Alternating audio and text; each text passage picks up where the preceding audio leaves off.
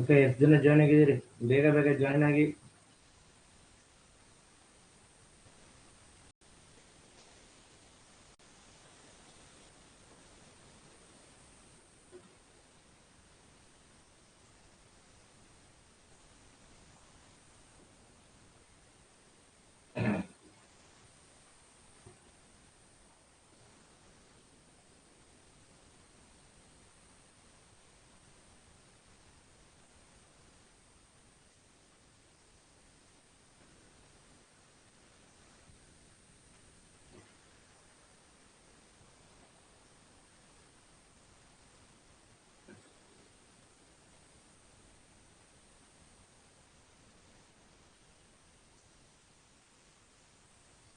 ನನ್ನ ವಾಯ್ಸ್ ಕೇಳಿಸ್ತೈತೆ ನಾವು ಎಸ್ ಅಂತ ಮೆಸೇಜ್ ಮಾಡ್ರೆ ಬೇಗ ಜಾಯ್ನ್ ಆಗ್ರಿ. ಒಂದು ಸ್ಪೆಷಲ್ ಟಾಪಿಕ್ ಅನ್ನ ತೆಗೆದುಕೊಂಡು ಬಂದಿದ್ದೀವಿ. ಬೇಗ ಬೇಗ ಜಾಯ್ನ್ ಆಗ್ರಿ.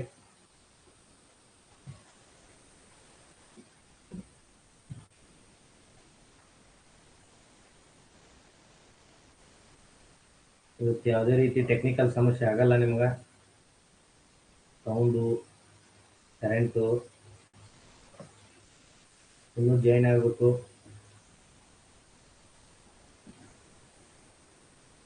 ಸಬ್ಸ್ಕ್ರಿಪ್ಷನ್ ಪಡೆದವರು ಎಲ್ಲರೂ ಜಾಯ್ನ್ ಆಗ್ತಾ ಇಲ್ಲ ಕ್ಲಾಸ್ಗೆ. ಓಕೆ, ಮೊನ್ನೆ ನಡೆದಂಥ Sunday Madhya Pradesh set exam, state exam eligibility test ನಡೆದಂಥ ಕ್ವಶನ್ ಪತ್ರಿಕೆಯನ್ನು ಇವತ್ತು ಡಿಸ್ಕಷನ್ ಮಾಡ್ತಿದ್ದೀವಿ. ಈ ಕ್ವಶನ್ ಪೇಪರ್ ನೀವು ಓದ್ತಕ್ಕಂಥ ವೇ ಅನ್ನ ಚೇಂಜ್ ಮಾಡ್ತದೆ. ಯಾಕಂದ್ರೆ ಅಲ್ಲಿ ಕೇಳಿರ್ತಕ್ಕಂಥ ಪ್ರತಿಯೊಂದು ಪ್ರಶ್ನೆಗಳು ನಿಮಗೆ ಹೊಸ ಚಾಲೆಂಜ್ ಅನ್ನ ನೀಡ್ತಾವ. ಇಲ್ಲಿವರೆಗೆ ನೀವು ಓದಿದಂಥ ಇತಿಹಾಸಕ್ಕೂ ಇಲ್ಲಿ ಕೇಳಿದಿರ್ತಕ್ಕಂಥ ಪ್ರಶ್ನೆಗಳಿಗೂ ಬಹಳ ವ್ಯತ್ಯಾಸ ಐತಿ. ಯಾಕಂದ್ರೆ ಯಾವತ್ತು ನಾರ್ತ್ ಇಂಡಿಯನ್ ಹಿಸ್ಟ್ರಿ ಸಿಲೆಬಸ್ಗೂ ಸೌತ್ ಇಂಡಿಯನ್ ಹಿಸ್ಟ್ರಿ ಸಿಲೆಬಸ್ಗೂ ಲಾಟ್ ಆಫ್ ಡಿಫರೆನ್ಸ್ ಇರೋದನ್ನ ನಾವು ಮೊದಲಿನಿಂದಲೂ ಕಂಡುಕೊಂಡಿದ್ದೀವಿ. ಸೌತ್ನಲ್ಲಿ ನೀಡ್ತಕ್ಕಂಥ ಪ್ರತಿಯೊಂದು ಸಿಲೆಬಸ್ಗಳು ಯಾವುದರಿಂದ ಒಳಗೊಂಡಿರ್ತಾವ ಅಂದ್ರೆ ಅವು ಹೆಚ್ಚಾಗಿ ರೀಜನಲ್ ಅಂದ್ರೆ ನಮ್ಮ ಪ್ರಾದೇಶಿಕ ಇತಿಹಾಸಕ್ಕೆ ಹೆಚ್ಚು ಒತ್ತನ್ನು ಕೊಟ್ಟಿದ್ದಾವ. ಆದ್ರೆ ನಾರ್ತ್ ಇಂಡಿಯನ್ ನಲ್ಲಿ ನಡೀತಕ್ಕಂಥ ಪ್ರತಿಯೊಂದು ಎಕ್ಸಾಮ್ಸ್ಗಳು ಅತಿ ಹೆಚ್ಚು ಭಾರತದ ಇತಿಹಾಸದಲ್ಲಿ ಇತಿಹಾಸ ರಚನೆ ಆಗಿದ್ದು ನಾರ್ತ್ ಇಂಡಿಯಾದೇ. ಸೌತ್ ಇಂಡಿಯಾದಲ್ಲಿ ಕಡಿಮೆ. ಸೌತ್ ಇಂಡಿಯಾಗೆ ಅಷ್ಟೊಂದು ಯಾರು ಮಹತ್ವವನ್ನು ಕೊಟ್ಟಿಲ್ಲ. ಕೊಟ್ಟಿದ್ದಾರೆ ಕೆಲವೊಂದಿಷ್ಟು ಜನ. ಸಿಗ್ತಕ್ಕಂತಹ ಏನ್ ಸೋರ್ಸ್ ಇದೆ ಅವುಗಳನ್ನ ಬಳಸ್ಕೊಂಡು ಇತಿಹಾಸವನ್ನ ರಚಿಸಿದ್ದಾರೆ. ಆದ್ರೂ ಕೂಡ ನಾರ್ತ್ ಇಂಡಿಯಾದಲ್ಲಿ ಅವೈಲೇಬಲ್ ಇರ್ತಕ್ಕಂತಹ ಸೋರ್ಸ್ ಅಷ್ಟು ಸೌತ್ ಇಂಡಿಯಾದಲ್ಲಿ ಅವೈಲೇಬಲ್ ಇಲ್ಲ.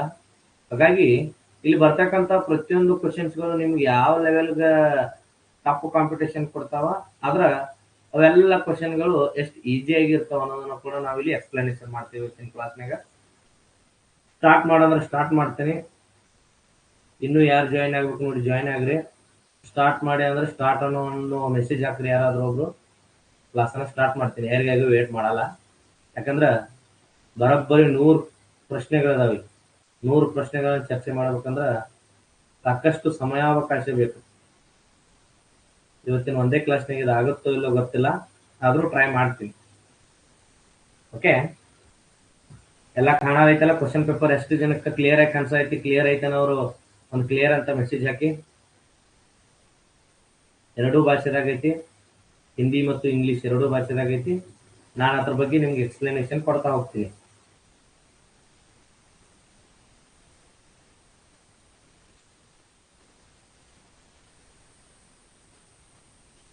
ಓಕೆ, ಬನ್ನಿ ಚರ್ಚೆಗೆ ಹೋಗೋಣ. ಮೊದಲನೇ ಪ್ರಶ್ನೆ ನೋಡ್ರಿ. Which of the following dynasties reign was called the golden age of ವಿಜರತ್ ಅಂತ ಹೇಳಿ ಕೇಳ್ತಾರೆ. ಈ ಕೆಳಗಿನ ಯಾವ ಸಂತತಿಯ ಕಾಲಾವಧಿಯನ್ನ ವಿಜರತ್ನ ಸುವರ್ಣ ಯುಗ ಅಂತ ಹೇಳಿ ಪ್ರಶ್ನೆ ಕೇಳಿದ್ದಾರೆ. ವಿಜರತ್ ಅನ್ನುವಂಥದ್ದು ಒಂದು ಆಡಳಿತ ವ್ಯವಸ್ಥೆಯಲ್ಲಿ ಬರ್ತಕ್ಕಂಥ ಒಂದು ಹುದ್ದೆ. ವಿಜರತ್ ಅನ್ನುವಂಥದ್ದು ಇದು ಪ್ರಾಮುಖ್ಯತೆಯನ್ನ ಪಡೆದಿರೋದು ಯಾರ ಕಾಲಘಟ್ಟದಲ್ಲಿ ಅಂದ್ರ ಖಿಲ್ಜಿ ಕಾಲಘಟ್ಟದಲ್ಲಿ. ಆದ್ರೂ ಕೂಡ ಇಲ್ಲಿ ಏನಾಗುತ್ತಂದ್ರ ಇದಕ್ಕೆ ಅತಿ ಹೆಚ್ಚಿನ ಮಹತ್ವದ ಸ್ಥಾನಮಾನ ಸಿಕ್ಕಿದ್ದು ತುಘಲಕ್ ಅವಧಿಯಲ್ಲಿ. ಯಾರ ಅವಧಿಯಲ್ಲಿ? ತುಘಲಕ್ ಅವಧಿಯಲ್ಲಿ ಅತಿ ಹೆಚ್ಚಿನ ಏನ್ ಸಿಗ್ತದಂದ್ರೆ ಇದಕ್ಕ ಸ್ಥಾನಮಾನ ಸಿಗ್ತದ. ಹಾಗಾಗಿ ತುಘಲಕ್ ಅವಧಿಯನ್ನ, ಯಾವ ಅವಧಿಯನ್ನ? ತುಘಲಕ್ ಅವಧಿಯನ್ನ ನಾವ್ ಏನ್ ಮಾಡ್ತೀವಿ ಅಂದ್ರ ಗೋಲ್ಡನ್ ಏಜ್ ಅಥವಾ ಸುವರ್ಣ ಯುಗ ಯಾವ ತರದ್ದು, ವಿಜೃತದ್ದು ಸುವರ್ಣ ಯುಗ ಅಂತ ಹೇಳಿ ನಾವು ಯಾವ ಕಾಲವನ್ನ, ತುಘಲಕ್ ಸಂತತಿಯ ಕಾಲವನ್ನ ನಾವೇನ್ ಮಾಡ್ತೀವಿ ಅಂದ್ರ ಕರಿತೀವಿ.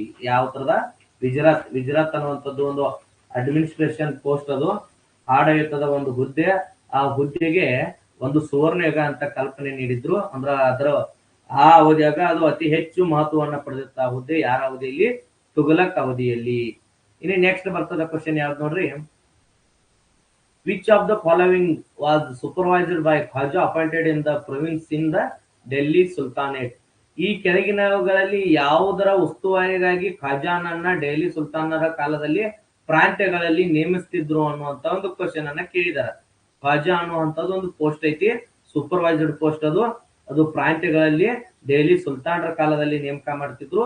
ಅದು ಯಾವ್ದಕ್ಕ ಸಂಬಂಧಿಸಿದೆ ಖಾಜಾ ಅನ್ನುವಂಥದ್ದು ಕೇಳಿದಾರ. ಖಾಜಾ ಅನ್ನುವಂಥದ್ದು ಸಂಬಂಧಿಸಿದ್ದು ನಿಮಗೆ ಫೈನಾನ್ಸಿಯಲ್ ಮ್ಯಾಟರ್ ಅಂತ ಇದೆ ನೋಡಿ, ಹಣಕಾಸಿನ ಇಲಾಖೆಗಳಿಗೆ ಸಂಬಂಧಿಸಿದೆ. ಯಾವ ಇಲಾಖೆಗಳಿಗೆ ಸಂಬಂಧಿಸಿದೆ? ಹಣಕಾಸಿನ ವಿಷಯಗಳಿಗೆ. ಈ ಫೈನಾನ್ಸಿಯಲ್ ಮ್ಯಾಟರ್ಗೆ ಏನಾಗಿದೆ ಅಂದ್ರ ಯಾವುದು ಇಲ್ಲಿದೆ ನೋಡ್ರಿ, ಖಾಜಾ ಅನ್ನುವಂತ ಹುದ್ದೆ. ಖಾಜಾ ಅನ್ನುವಂತ ಹುದ್ದೆ ಫೈನಾನ್ಸಿಯಲ್ ಮ್ಯಾಟರ್ಗಳಿಗೆ, ಯಾವ ಮ್ಯಾಟರ್ಗಳಿಗೆ? ಹಣಕಾಸಿನ ಸಂಬಂಧಗಳಿಗೆ ಏನಾಗಿದೆ ಅಂದ್ರೆ ಅದು ಸಂಬಂಧಿಸಿದೆ ಅನ್ನೋದನ್ನ ನಾವಿಲ್ಲಿ ಕಾಣ್ಬಹುದು. ನಾನು ಮಾರ್ಕ್ ಮಾಡ್ತಾ ಇರೋದು, ನಾನು ಹೇಳ್ತಾ ಇರೋದು ಕ್ಲಿಯರ್ ಕೇಳಿಸ್ತಾ ಇದೆ ಅನ್ನೋದಕ್ಕೆ ಇನ್ನೊಂದು ಮೆಸೇಜ್ ಹಾಕಿ, ಇನ್ನೊಂದು ಮೆಸೇಜ್ ಹಾಕಿ.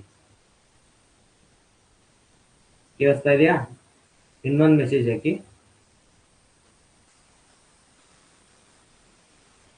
ಓಕೆ, ಕಂಟಿನ್ಯೂ ಮಾಡ್ತೇನೆ ನೋಡಿ. Financial matter. ಇನ್ನು ನೆಕ್ಸ್ಟ್ ಕ್ವಶನ್ ಬರ್ತಕ್ಕಂಥದ್ದು ದಿವಾನ್ ಐ ಬೈತತ್ ಅಂತ ನೋಡ್ರಿ. ದಿವಾನ್ ಐ ಬೈತತ್ was related to which of the following department.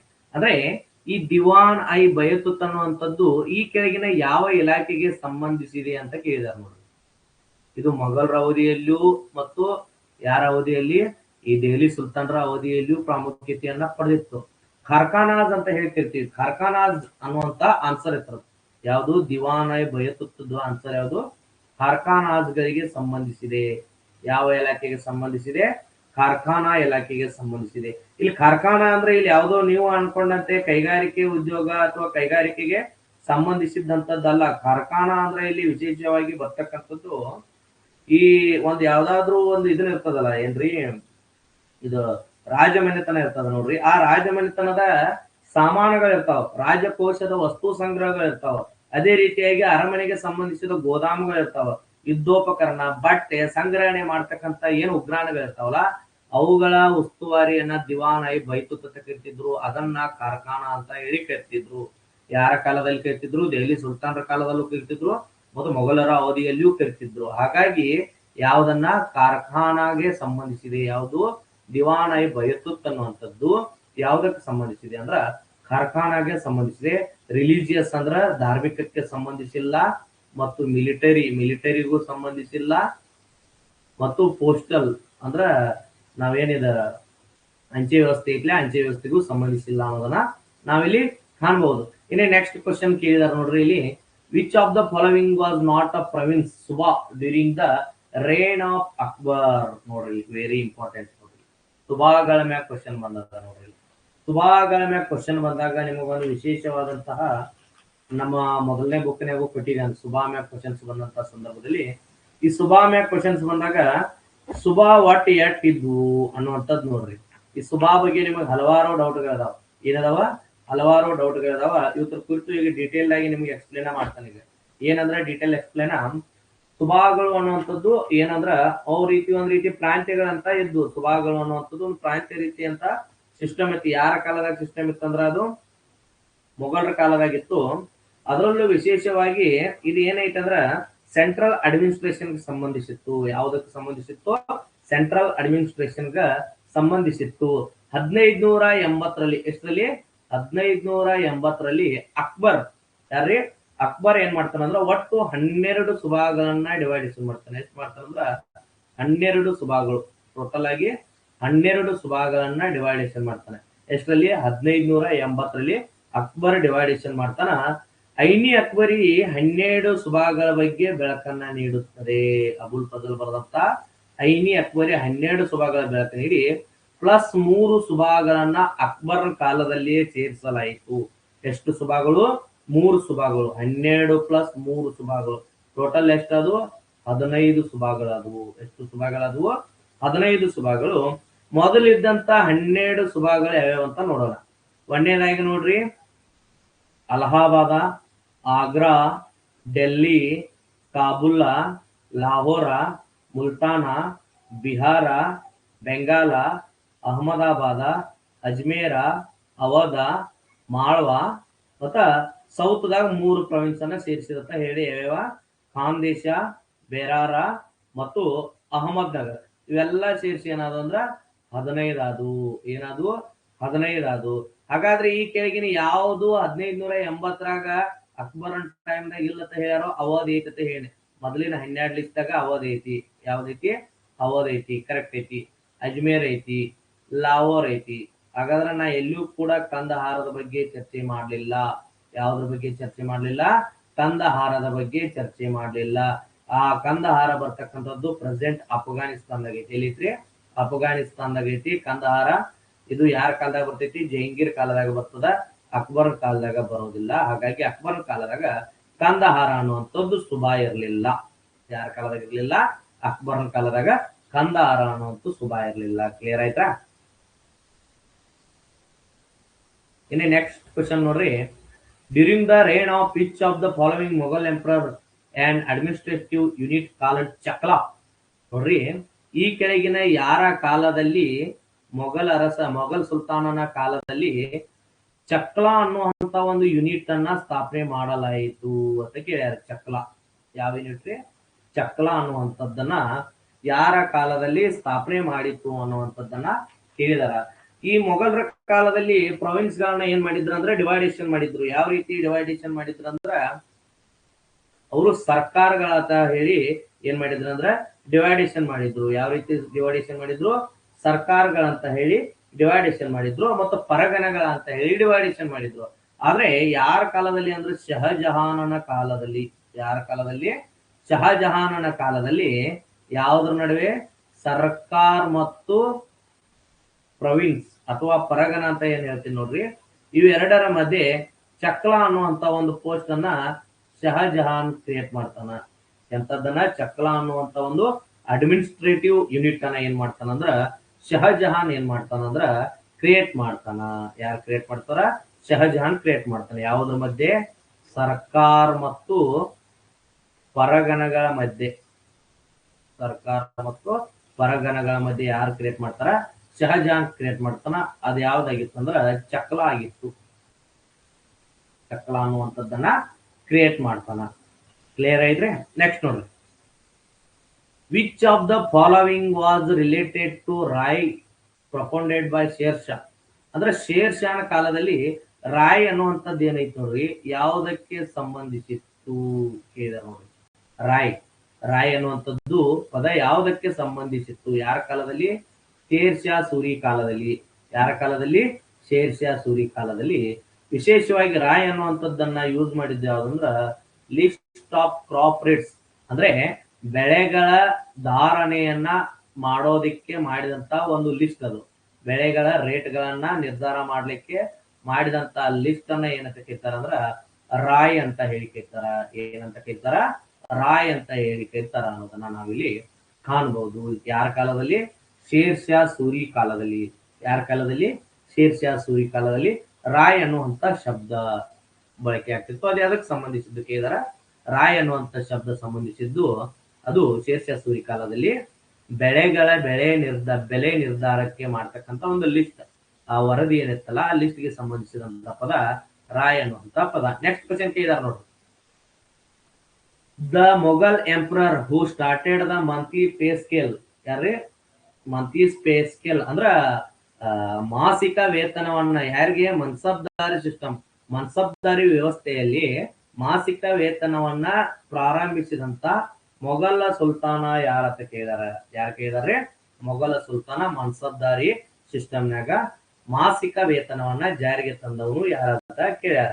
ಇದಂತೂ ಗೊತ್ತೈತಿ. ಮನ್ಸಬ್ದಾರಿ ಸಿಸ್ಟಮ್ ಅನ್ನ ಭಾರತದಲ್ಲಿ ಜಾರಿಗೆ ತಂದವನು ಅಕ್ಬರ್ ಜಾರಿಗೆ ತಂದಾನ.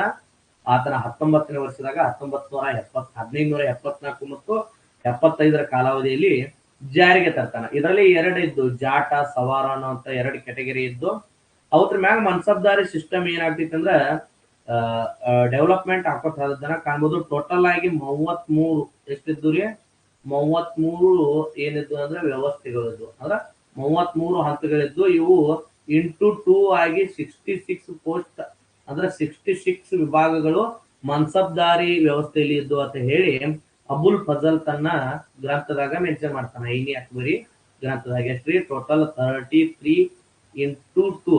ಆದ್ರೆ ವಾಸ್ತವಿಕವಾಗಿ ಜಾರಿ ಇದ್ದದ್ದು 33 ಮಾತ್ರ. ಎಷ್ಟು ಜಾರಿ ಇದ್ದು ರೀ, 33 ಮಾತ್ರ ಜಾರಿ ಇದ್ದು ಅಂತ ಹೇಳ್ತಾರ. ಇದ್ರೊಳಗೆ ಕೆಲವೊಂದು ವಿಶೇಷತೆಗಳು ಇದ್ವು, ಅವ್ರ ಬಗ್ಗೆ ಚರ್ಚೆ ಮಾಡೋಣ. ಯಾವಾಗ ಮನ್ಸಬ್ದಾರಿ ಸಿಸ್ಟಮ್ ಜಾಟ ಸವಾರ ಅಥವಾ ಫಸ್ಟ್ ಕ್ಯಾಟಗರಿ ಜಾಟ್ ಬರ್ತಾನ, ಸೆಕೆಂಡ್ ಕ್ಯಾಟಗರಿ ಜಾಟ್ ಬರ್ತಾನ, ಥರ್ಡ್ ಕ್ಯಾಟಗರಿ ಜಾಟ್ ಬರ್ತಾನ, ಮತ್ತ ಹೈಯೆಸ್ಟ್ ರ್ಯಾಂಕ್ ಜಾಟ್ಗಳು ಬರ್ತಾರ. ಆದ್ರೆ ಇಲ್ಲಿ ಕೆಲವೊಂದಿಷ್ಟು ಮನ್ಸಬ್ದಾರಿ ಸಿಸ್ಟಮ್ದಾಗ ಬಂದಂತ ಹೊಸ ಸುಲ್ತಾನ್ರು ಏನ್ ಮಾಡ್ತಾರ ಅಂದ್ರೆ ಡೆವಲಪ್ಮೆಂಟ್ಸ್ ಮಾಡ್ತಾರ. ಇವು ಮಾಡಿದಂತ ಸಿಸ್ಟಮ್ ಅನ್ನ ಇವು ಚೇಂಜ್ ಮಾಡ್ತಾನೆ. ಯಾರು ಚೇಂಜ್ ಮಾಡ್ತಾರ, ಮುಂದೆ ಬಂದಂತಹ ಯಾರಂದ್ರ ಜಹಾಂಗೀರ್ ಚೇಂಜ್ ಮಾಡ್ತಾನೆ. ಜಹಾಂಗೀರ್ ಚೇಂಜ್ ಏನ್ ಮಾಡ್ತಾನ ಅಂದ್ರ ದೋ ಅಸ್ಪಾ ಸಿ ಅಸ್ಪಾ ಅನ್ನುವಂತ ಒಂದು ಸಿಸ್ಟಮ್ ತರ್ತಾನ. ಶಹಜಾನ್ ಕಾಲದಾಗ ಬಂದ್ ಏನ್ ಮಾಡ್ತಾನ ಅಂದ್ರೆ ಶಹಜಾನ ಅವ್ರಿಗೆ ಮಂತ್ಲಿ ಪೇಮೆಂಟ್ ವ್ಯವಸ್ಥೆ ಮಾಡ್ತಾನ. ಯಾವ ಪೇಮೆಂಟ್ ರೀ, ಮಾಸಿಕ ವೇತನವನ್ನ ಜಾರಿಗೆ ತರ್ತಾನ. ಅಲ್ಲಿಕ್ಕಿಂತ ಮುಂಚೆ ಏನಿತ್ತು, ಅವ್ರಿಗೆ ಭೂಮಿಯನ್ನ ಕೊಡ್ತಿದ್ರು. ಜಾಗೀರ್ ಸಿಸ್ಟಮ್ ಭೂಮಿಯನ್ನ ಕೊಡ್ತಿದ್ರು. ಆದ್ರೆ ಈತ ಏನ್ ಮಾಡ್ತಾನ ಅಂದ್ರೆ ಫಸ್ಟ್ ಟೈಮ್ ಮಂತ್ಲಿ ಪೇಮೆಂಟ್ ಅನ್ನ ಜಾರಿಗೆ ತರ್ತಾನ. ಏನ್ ಮಾಡ್ತಾನ, ಮಂತ್ಲಿ ಪೇಮೆಂಟ್ ಅನ್ನ ಜಾರಿಗೆ ತರ್ತಾನ. ಯಾರ, ಶಹಜಹಾನ್ ಜಾರಿಗೆ ತರ್ತಾನ.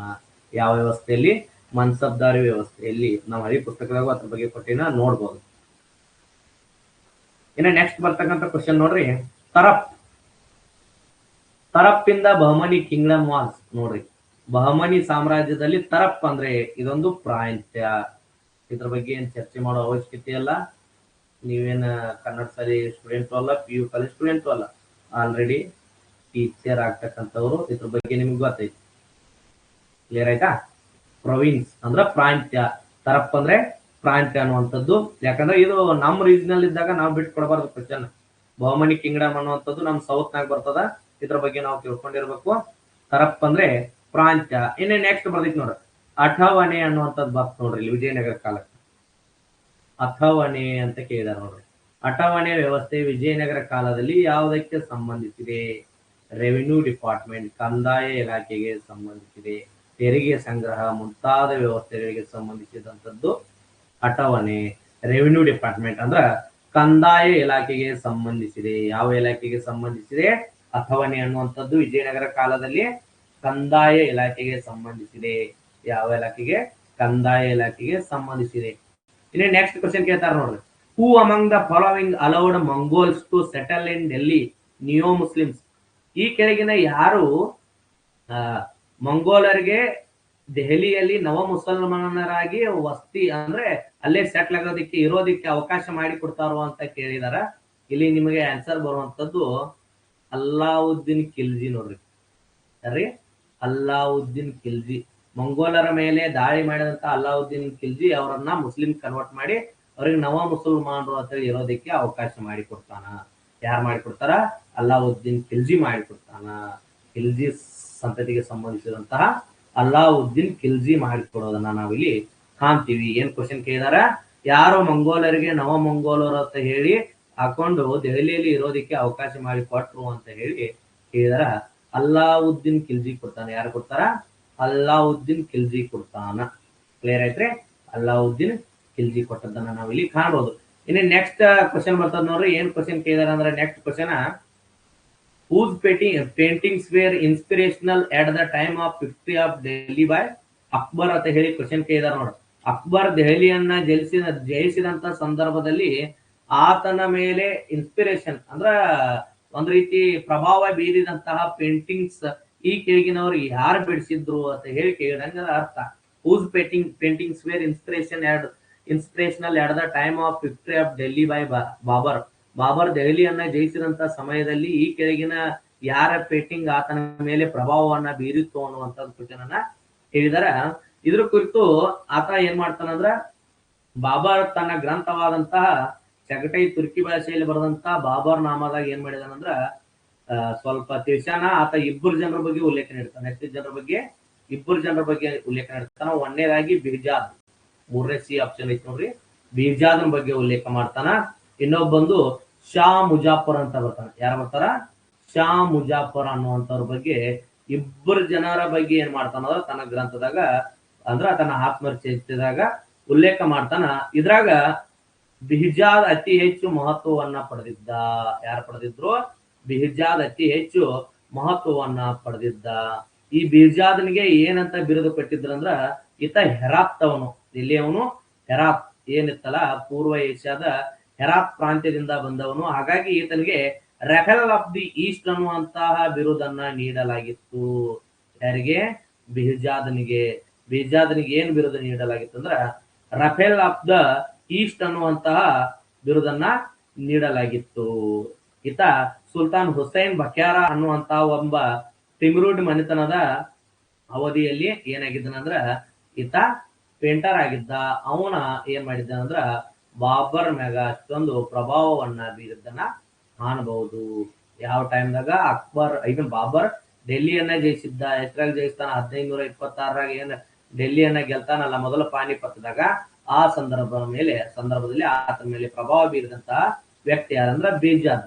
ಈತನಿಗೆ ರಫೆಲ್ ಆಫ್ ದ ಈಸ್ಟ್ ಅಂತ ಹೇಳಿ ಬಿರುದಿತ್ತು ಅನ್ನೋದನ್ನ ನಾವಿಲ್ಲಿ ಕಾಣಬಹುದು. ಇದ್ರ ಬಗ್ಗೆ ಎಲ್ಲ ಕ್ಲಾಸ್ನಾಗ ನಾ ಕೊಡ್ತಾನೆ. ಇದನ್ನೆಲ್ಲ ನೋಟ್ಸ್ ಮಾಡಿದ ಅದ್ರಾಗಿನ ಕ್ವಶನ್ ಬಂದಾವೆಲ್ಲ.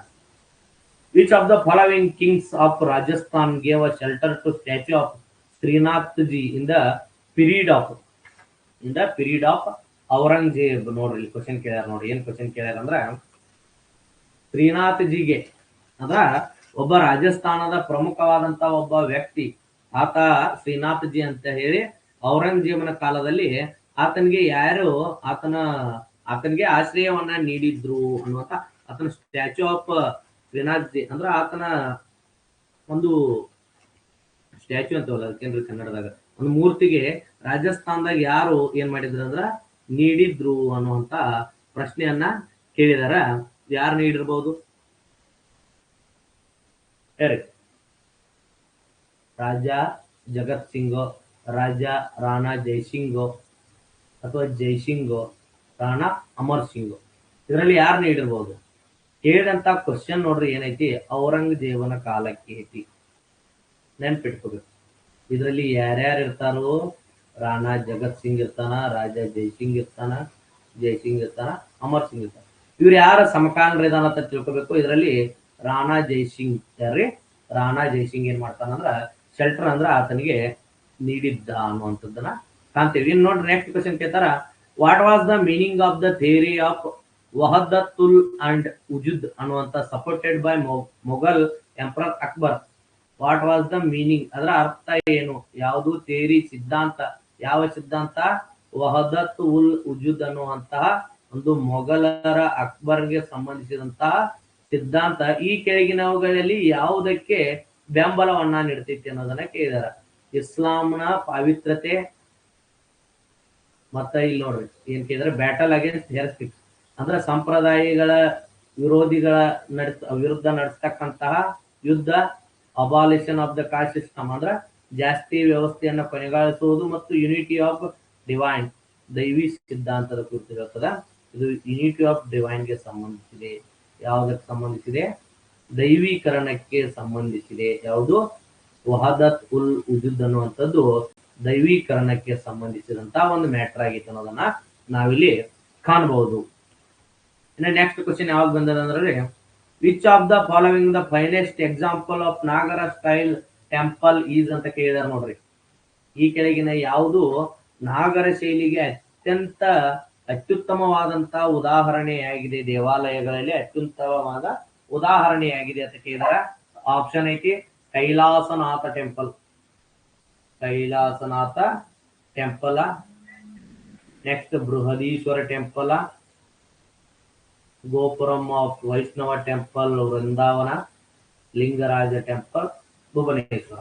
ಇಲ್ಲಿ ನೀವು ಏನ ಈಸಿಯಾಗಿ ಟ್ರಿಕ್ಸ್ ಬಳಸ್ಬೇಕಂದ್ರ, ನಾಗರ ಶೈಲಿ ಅಂತದ್ದು ಉತ್ತರ ಭಾರತದಾಗ ಐತಿ, ವೇಸರ ಶೈಲಿ ಅನ್ನುವಂಥದ್ದು ಕರ್ನಾಟಕದ ಪ್ರದೇಶದಲ್ಲಿ ಐತಿ, ಮತ್ತು ದ್ರಾವಿಡ ಶೈಲಿ ಅನ್ನುವಂಥದ್ದು ದಕ್ಷಿಣ ಭಾರತದಾಗ ಐತಿ. ಇಲ್ಲಿ ತೆಗೆದು ಬಿಡೋದು Kailasanatha temple, Brihadeeswara temple, Vaishnaveshwara temple. ಇನ್ನು ಲಿಂಗರಾಜ ಟೆಂಪಲ್ ಆಫ್ ಭುವನೇಶ್ವರ್ ಏನೈತಿ is the finest example of Nagara style temple. ಯಾವ್ದು ಟೆಂಪಲ್ ರೀ? ನಾಗರ ಶೈಲಿ ದೇವಾಲಯಕ್ಕೆ ಅತ್ಯುತ್ತಮವಾದಂತಹ ಉದಾಹರಣೆ ಯಾವ್ದೈತಿ ಅಂದ್ರ ಲಿಂಗರಾಜ ಟೆಂಪಲ್ ಆಫ್ ಭುವನೇಶ್ವರ್ ಅನ್ನೋದನ್ನ ನಾವು ಕಾಣ್ತೀವಿ. ಇನ್ನು ನೆಕ್ಸ್ಟ್ ನೋಡ್ರಿ, ಇಲ್ತಮಿಶ್ ಎಸ್ಟಾಬ್ಲಿಷ್ ದ ಮದ್ರಸಾ ಅ ಮುಜ್ಜಿ ಅನ್ನೋ madrasa Muizzi school in Delhi in the memory of. ಈ ಕೆಳಗಿನ ಯಾರ ನೆನಪಿಗಾಗಿ ಇಲ್ತಮಿಶ್ ಏನ್ ಮಾಡ್ತಾನಂದ್ರ ದೆಹಲಿಯಲ್ಲಿ ಮದ್ರಸಾ ಅ ಮುಜ್ಜಿ ಅನ್ನುವಂತಹ ಒಂದು ಶಾಲೆಯನ್ನ ಏನ್ ಮಾಡ್ತಾನಂದ್ರ ಪ್ರಾರಂಭಿಸ್ತಾ ಅಂತ ಹೇಳಿಕೆಯಿದಾರ. ಇಲ್ಲಿ ಎರಡು ರೀತಿ ಐತಿ. ಏನೈತಿ ಅಂದ್ರ ಒಂದನೇದಾಗಿ ತನ್ನ ಮಗನಾದಂತ ನಾಸಿರುದ್ದೀನ್ ಮೊಹಮ್ಮದ್ ನೆನಪಿಗಾಗಿ ಕೂಡ ಒಂದು ಶಾಲೆಯನ್ನ ಕಟ್ಟಿಸ್ತಾನ. ಅದು ಬದೌನ್ದಾಗೂ ಐತಿ ಅಂಡ್ ಡೆಲ್ಲಿಯಾಗೂ ಐತಿ, ವಿತ್ ಲಾಹೋರ್ದಾಗೂ ಐತಿ. ಅದೇ ರೀತಿಯಾಗಿ ಮಹಮ್ಮದ್ ಗೋರಿ ಕೂಡ ಏನ್ ಮಾಡಿದಾನಂದ್ರ ಮಹಮ್ಮದ್ ಗೋರಿ ನೆನಪಿನಾಗೂ ಡೆಲ್ಲಿಯಾಗ ಮದ್ರಸಾ ಮುಜ್ಜಿ ಅಂತ ಏನೈತ. ಇನ್ನ ಅವ್ರು ಕೊಡ್ತಕ್ಕಂತ ಉತ್ತರ ಮ್ಯಾಗ ಡಿಪೆಂಡ್ ಐತಿ ನೋಡ್ರಿ. ಎರಡು ರೀತಿ ಉತ್ತರಗಳು. ಮದ್ರಸಾ ಮುಜ್ಜಿ ಅನ್ನುವಂಥದ್ದು ಇದು ಬಂದ್ರ ಗ್ರೇಸ್ ಬರ್ತದ, ಬಿಟ್ರ ನಾಸಿರುದ್ದೀನ್ ಮೊಹಮ್ಮದ್ ಅಂತರನ ಬರ್ತದ. ಇನ್ನು ಅವ್ರು ಕೊಡ್ತಕ್ಕಂಥ ಏನ್ ಸರ್ಮ್ಯಾಗ ಡಿಪೆಂಡ್ ಐತಿ ಅದನ್ನ ನೋಡೋಣ. ಮತ್ತೆ ನೆಕ್ಸ್ಟ್ ಬರ್ತಕ್ಕಂಥ ಒಟ್ಟೇನ್ ವಿಷಯ ಏನ ಕೇಳಿದಿರೋದಂತ ಮದ್ರಸಾ ಅ ಮುಜ್ಜಿ ಅನ್ನುವಂಥದ್ದು ಯಾರಿಗೆ ಸಂಬಂಧಿಸಿದೆ? ನಾಸಿರುದ್ದೀನ್ ಮೊಹಮ್ಮದ್ ಇಲ್ತಮಿಶಿನ ಮಗ ಇರ್ತಾನ. ಇಲ್ತಮಿಶಿನ ಮಗನಿಗೆ ಸಂಬಂಧಿಸಿದ್ದು ಬದೌನಾ, ದೆಹಲಿ, ಲಾಹೋರ್ದಾಗೂ ಏನ್ ಮಾಡ್ತಾನಂದ್ರೆ ನೆನಪಿಗಾಗಿ ಆತ ಮದ್ರಸಾ ಮತ್ತು ಸ್ಕೂಲ್ಗಳನ್ನ ಸ್ಥಾಪನೆ ಮಾಡಿರೋದನ್ನ ಕಾಣ್ತೀವಿ. Next, which of the following women sufi saint middle India pretended herself for magical powers? ನೋಡ್ರಿ, ಈ ಕೆಳಗಿನ ಯಾವ ಸೂಫಿ ಮಹಿಳೆ ಮಧ್ಯಕಾಲೀನ ಭಾರತದ ಸೂಫಿ ಮಹಿಳೆ ಮಿಡಲ್ ಇಂಡಿಯಾದಾಗ ಏನ್ ಮಾಡಿದ್ರ ಅಂದ್ರೆ ಮ್ಯಾಜಿಕಲ್ ಪವರ್ ಅಂದ್ರ ತಂತ್ರ ವಿದ್ಯೆಗಳನ್ನ ಕಲ್ತಂತಹ ಯಾರಿದ್ರು ಅಂತ ಹೇಳಿ ಕೇಳ್ಯಾರ ಅವ್ರು ನಿಮ್ಗೆ. ಮುಸ್ಲಿಂ ಮಹಿಳೆ ಯಾರಿದ್ರು, ಅವಳು ತಂತ್ರ ವಿದ್ಯೆಯನ್ನ ಕಲಿತಿದ್ರು, ಯಾರಿರ್ಬೋದು? ಅದರಲ್ಲಿ ಉತ್ತರ ಬಂದ್ಬಿಟ್ಟು ಹೆಣ್ಮಗಳು ಕೇಳಿದಾರ ಅವ್ರು. ನೀವು ಗಂಡು ಮಕ್ಕಳಾದ್ರೆ ನೀವು ಇಟ್ಟು ಹೇಳಿ ಬಿಡ್ತಿದ್ರಿ, ಆದ್ರೆ ಅವರು ಕೇಳಿರೋದು ಹೆಣ್ಮಗಳು ಯಾರಂತ ಹೇಳಿ ಕೇಳಿದಾರೆ. ಅದ್ರ ಉತ್ತರ ಬಂದ್ಬಿಟ್ಟು ಬಿ ವಿ ಸಾರಾ. ಒಂದೇ ಉತ್ತರನ ಯಾರ್ರಿ? ಬಿ ವಿ ಸಾರಾ ಏನಾಗಿದ್ರು ಅಂದ್ರ ವಿಶೇಷವಾದಂತಹ ವ್ಯಕ್ತಿಯಾಗಿದ್ರು. ಅವಳು ನಿಜಾಮುದ್ದೀನ್ ಅಬ್ದುಲ್ ಮುಯಿದ್ ಅನ್ನುವಂತಹ ಒಬ್ಬ ಸೂಫಿ ಸಂತನಾದಂತ ಅವನ ತಾಯಿಯಾದಂತಹ ಬಿ ಪಿ ಸಾರಾ ಏನ್ ಮಾಡ್ತಾರಂದ್ರ ಒಂದು ವಿಶೇಷವಾದಂತಹ ಪವರ್, ಮ್ಯಾಜಿಕಲ್ ಪವರ್ ಅನ್ನ ಹೊಂದಿದ್ರು.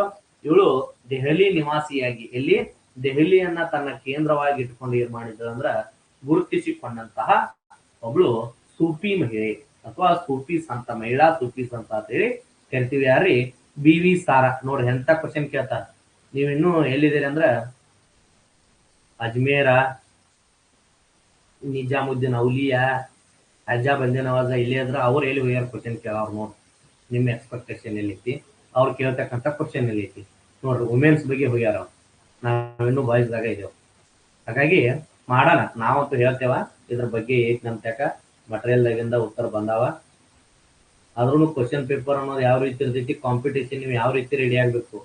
ನಾರ್ತ್ ಇಂಡಿಯನ್ಸ್ಗೂ ಸೌತ್ ಇಂಡಿಯನ್ಸ್ಗೂ ಒಂದ್ ರೀತಿ ಕಾಂಪಿಟೇಷನ್ ಕೊಟ್ರ ಅವ್ರ 10 ಮಂದಿ ಆದಾಗ ನೀವು ಒಬ್ರು ಎದುರು ಆಗ್ತಾರೆ ಅನ್ಸ್ತೈತಿ.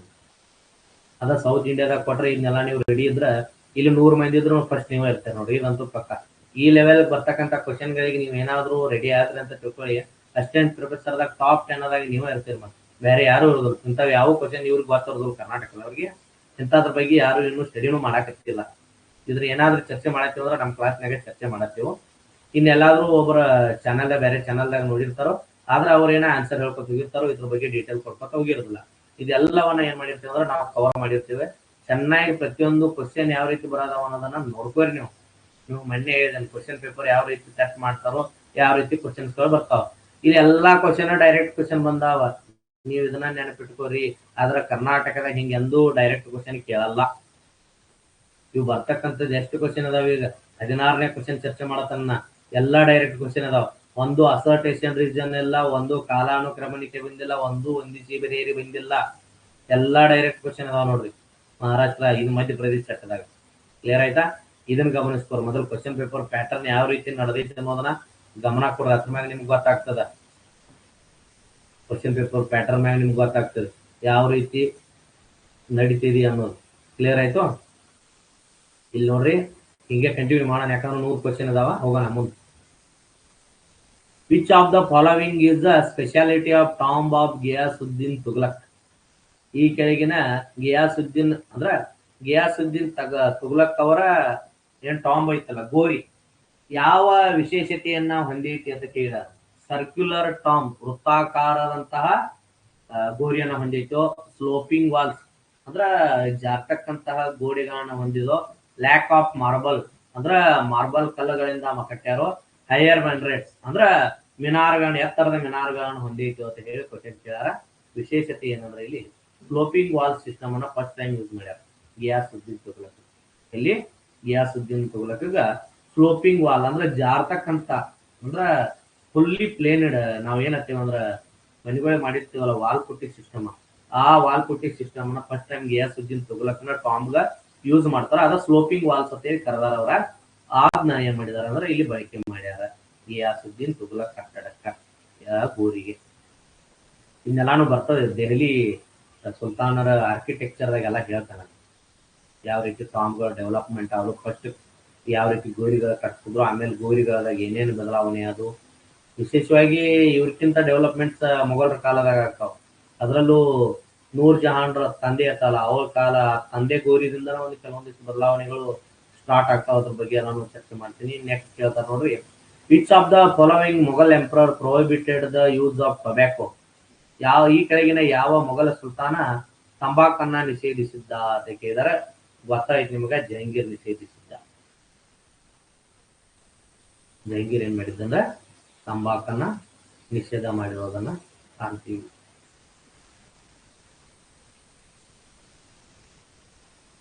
Next, which of the following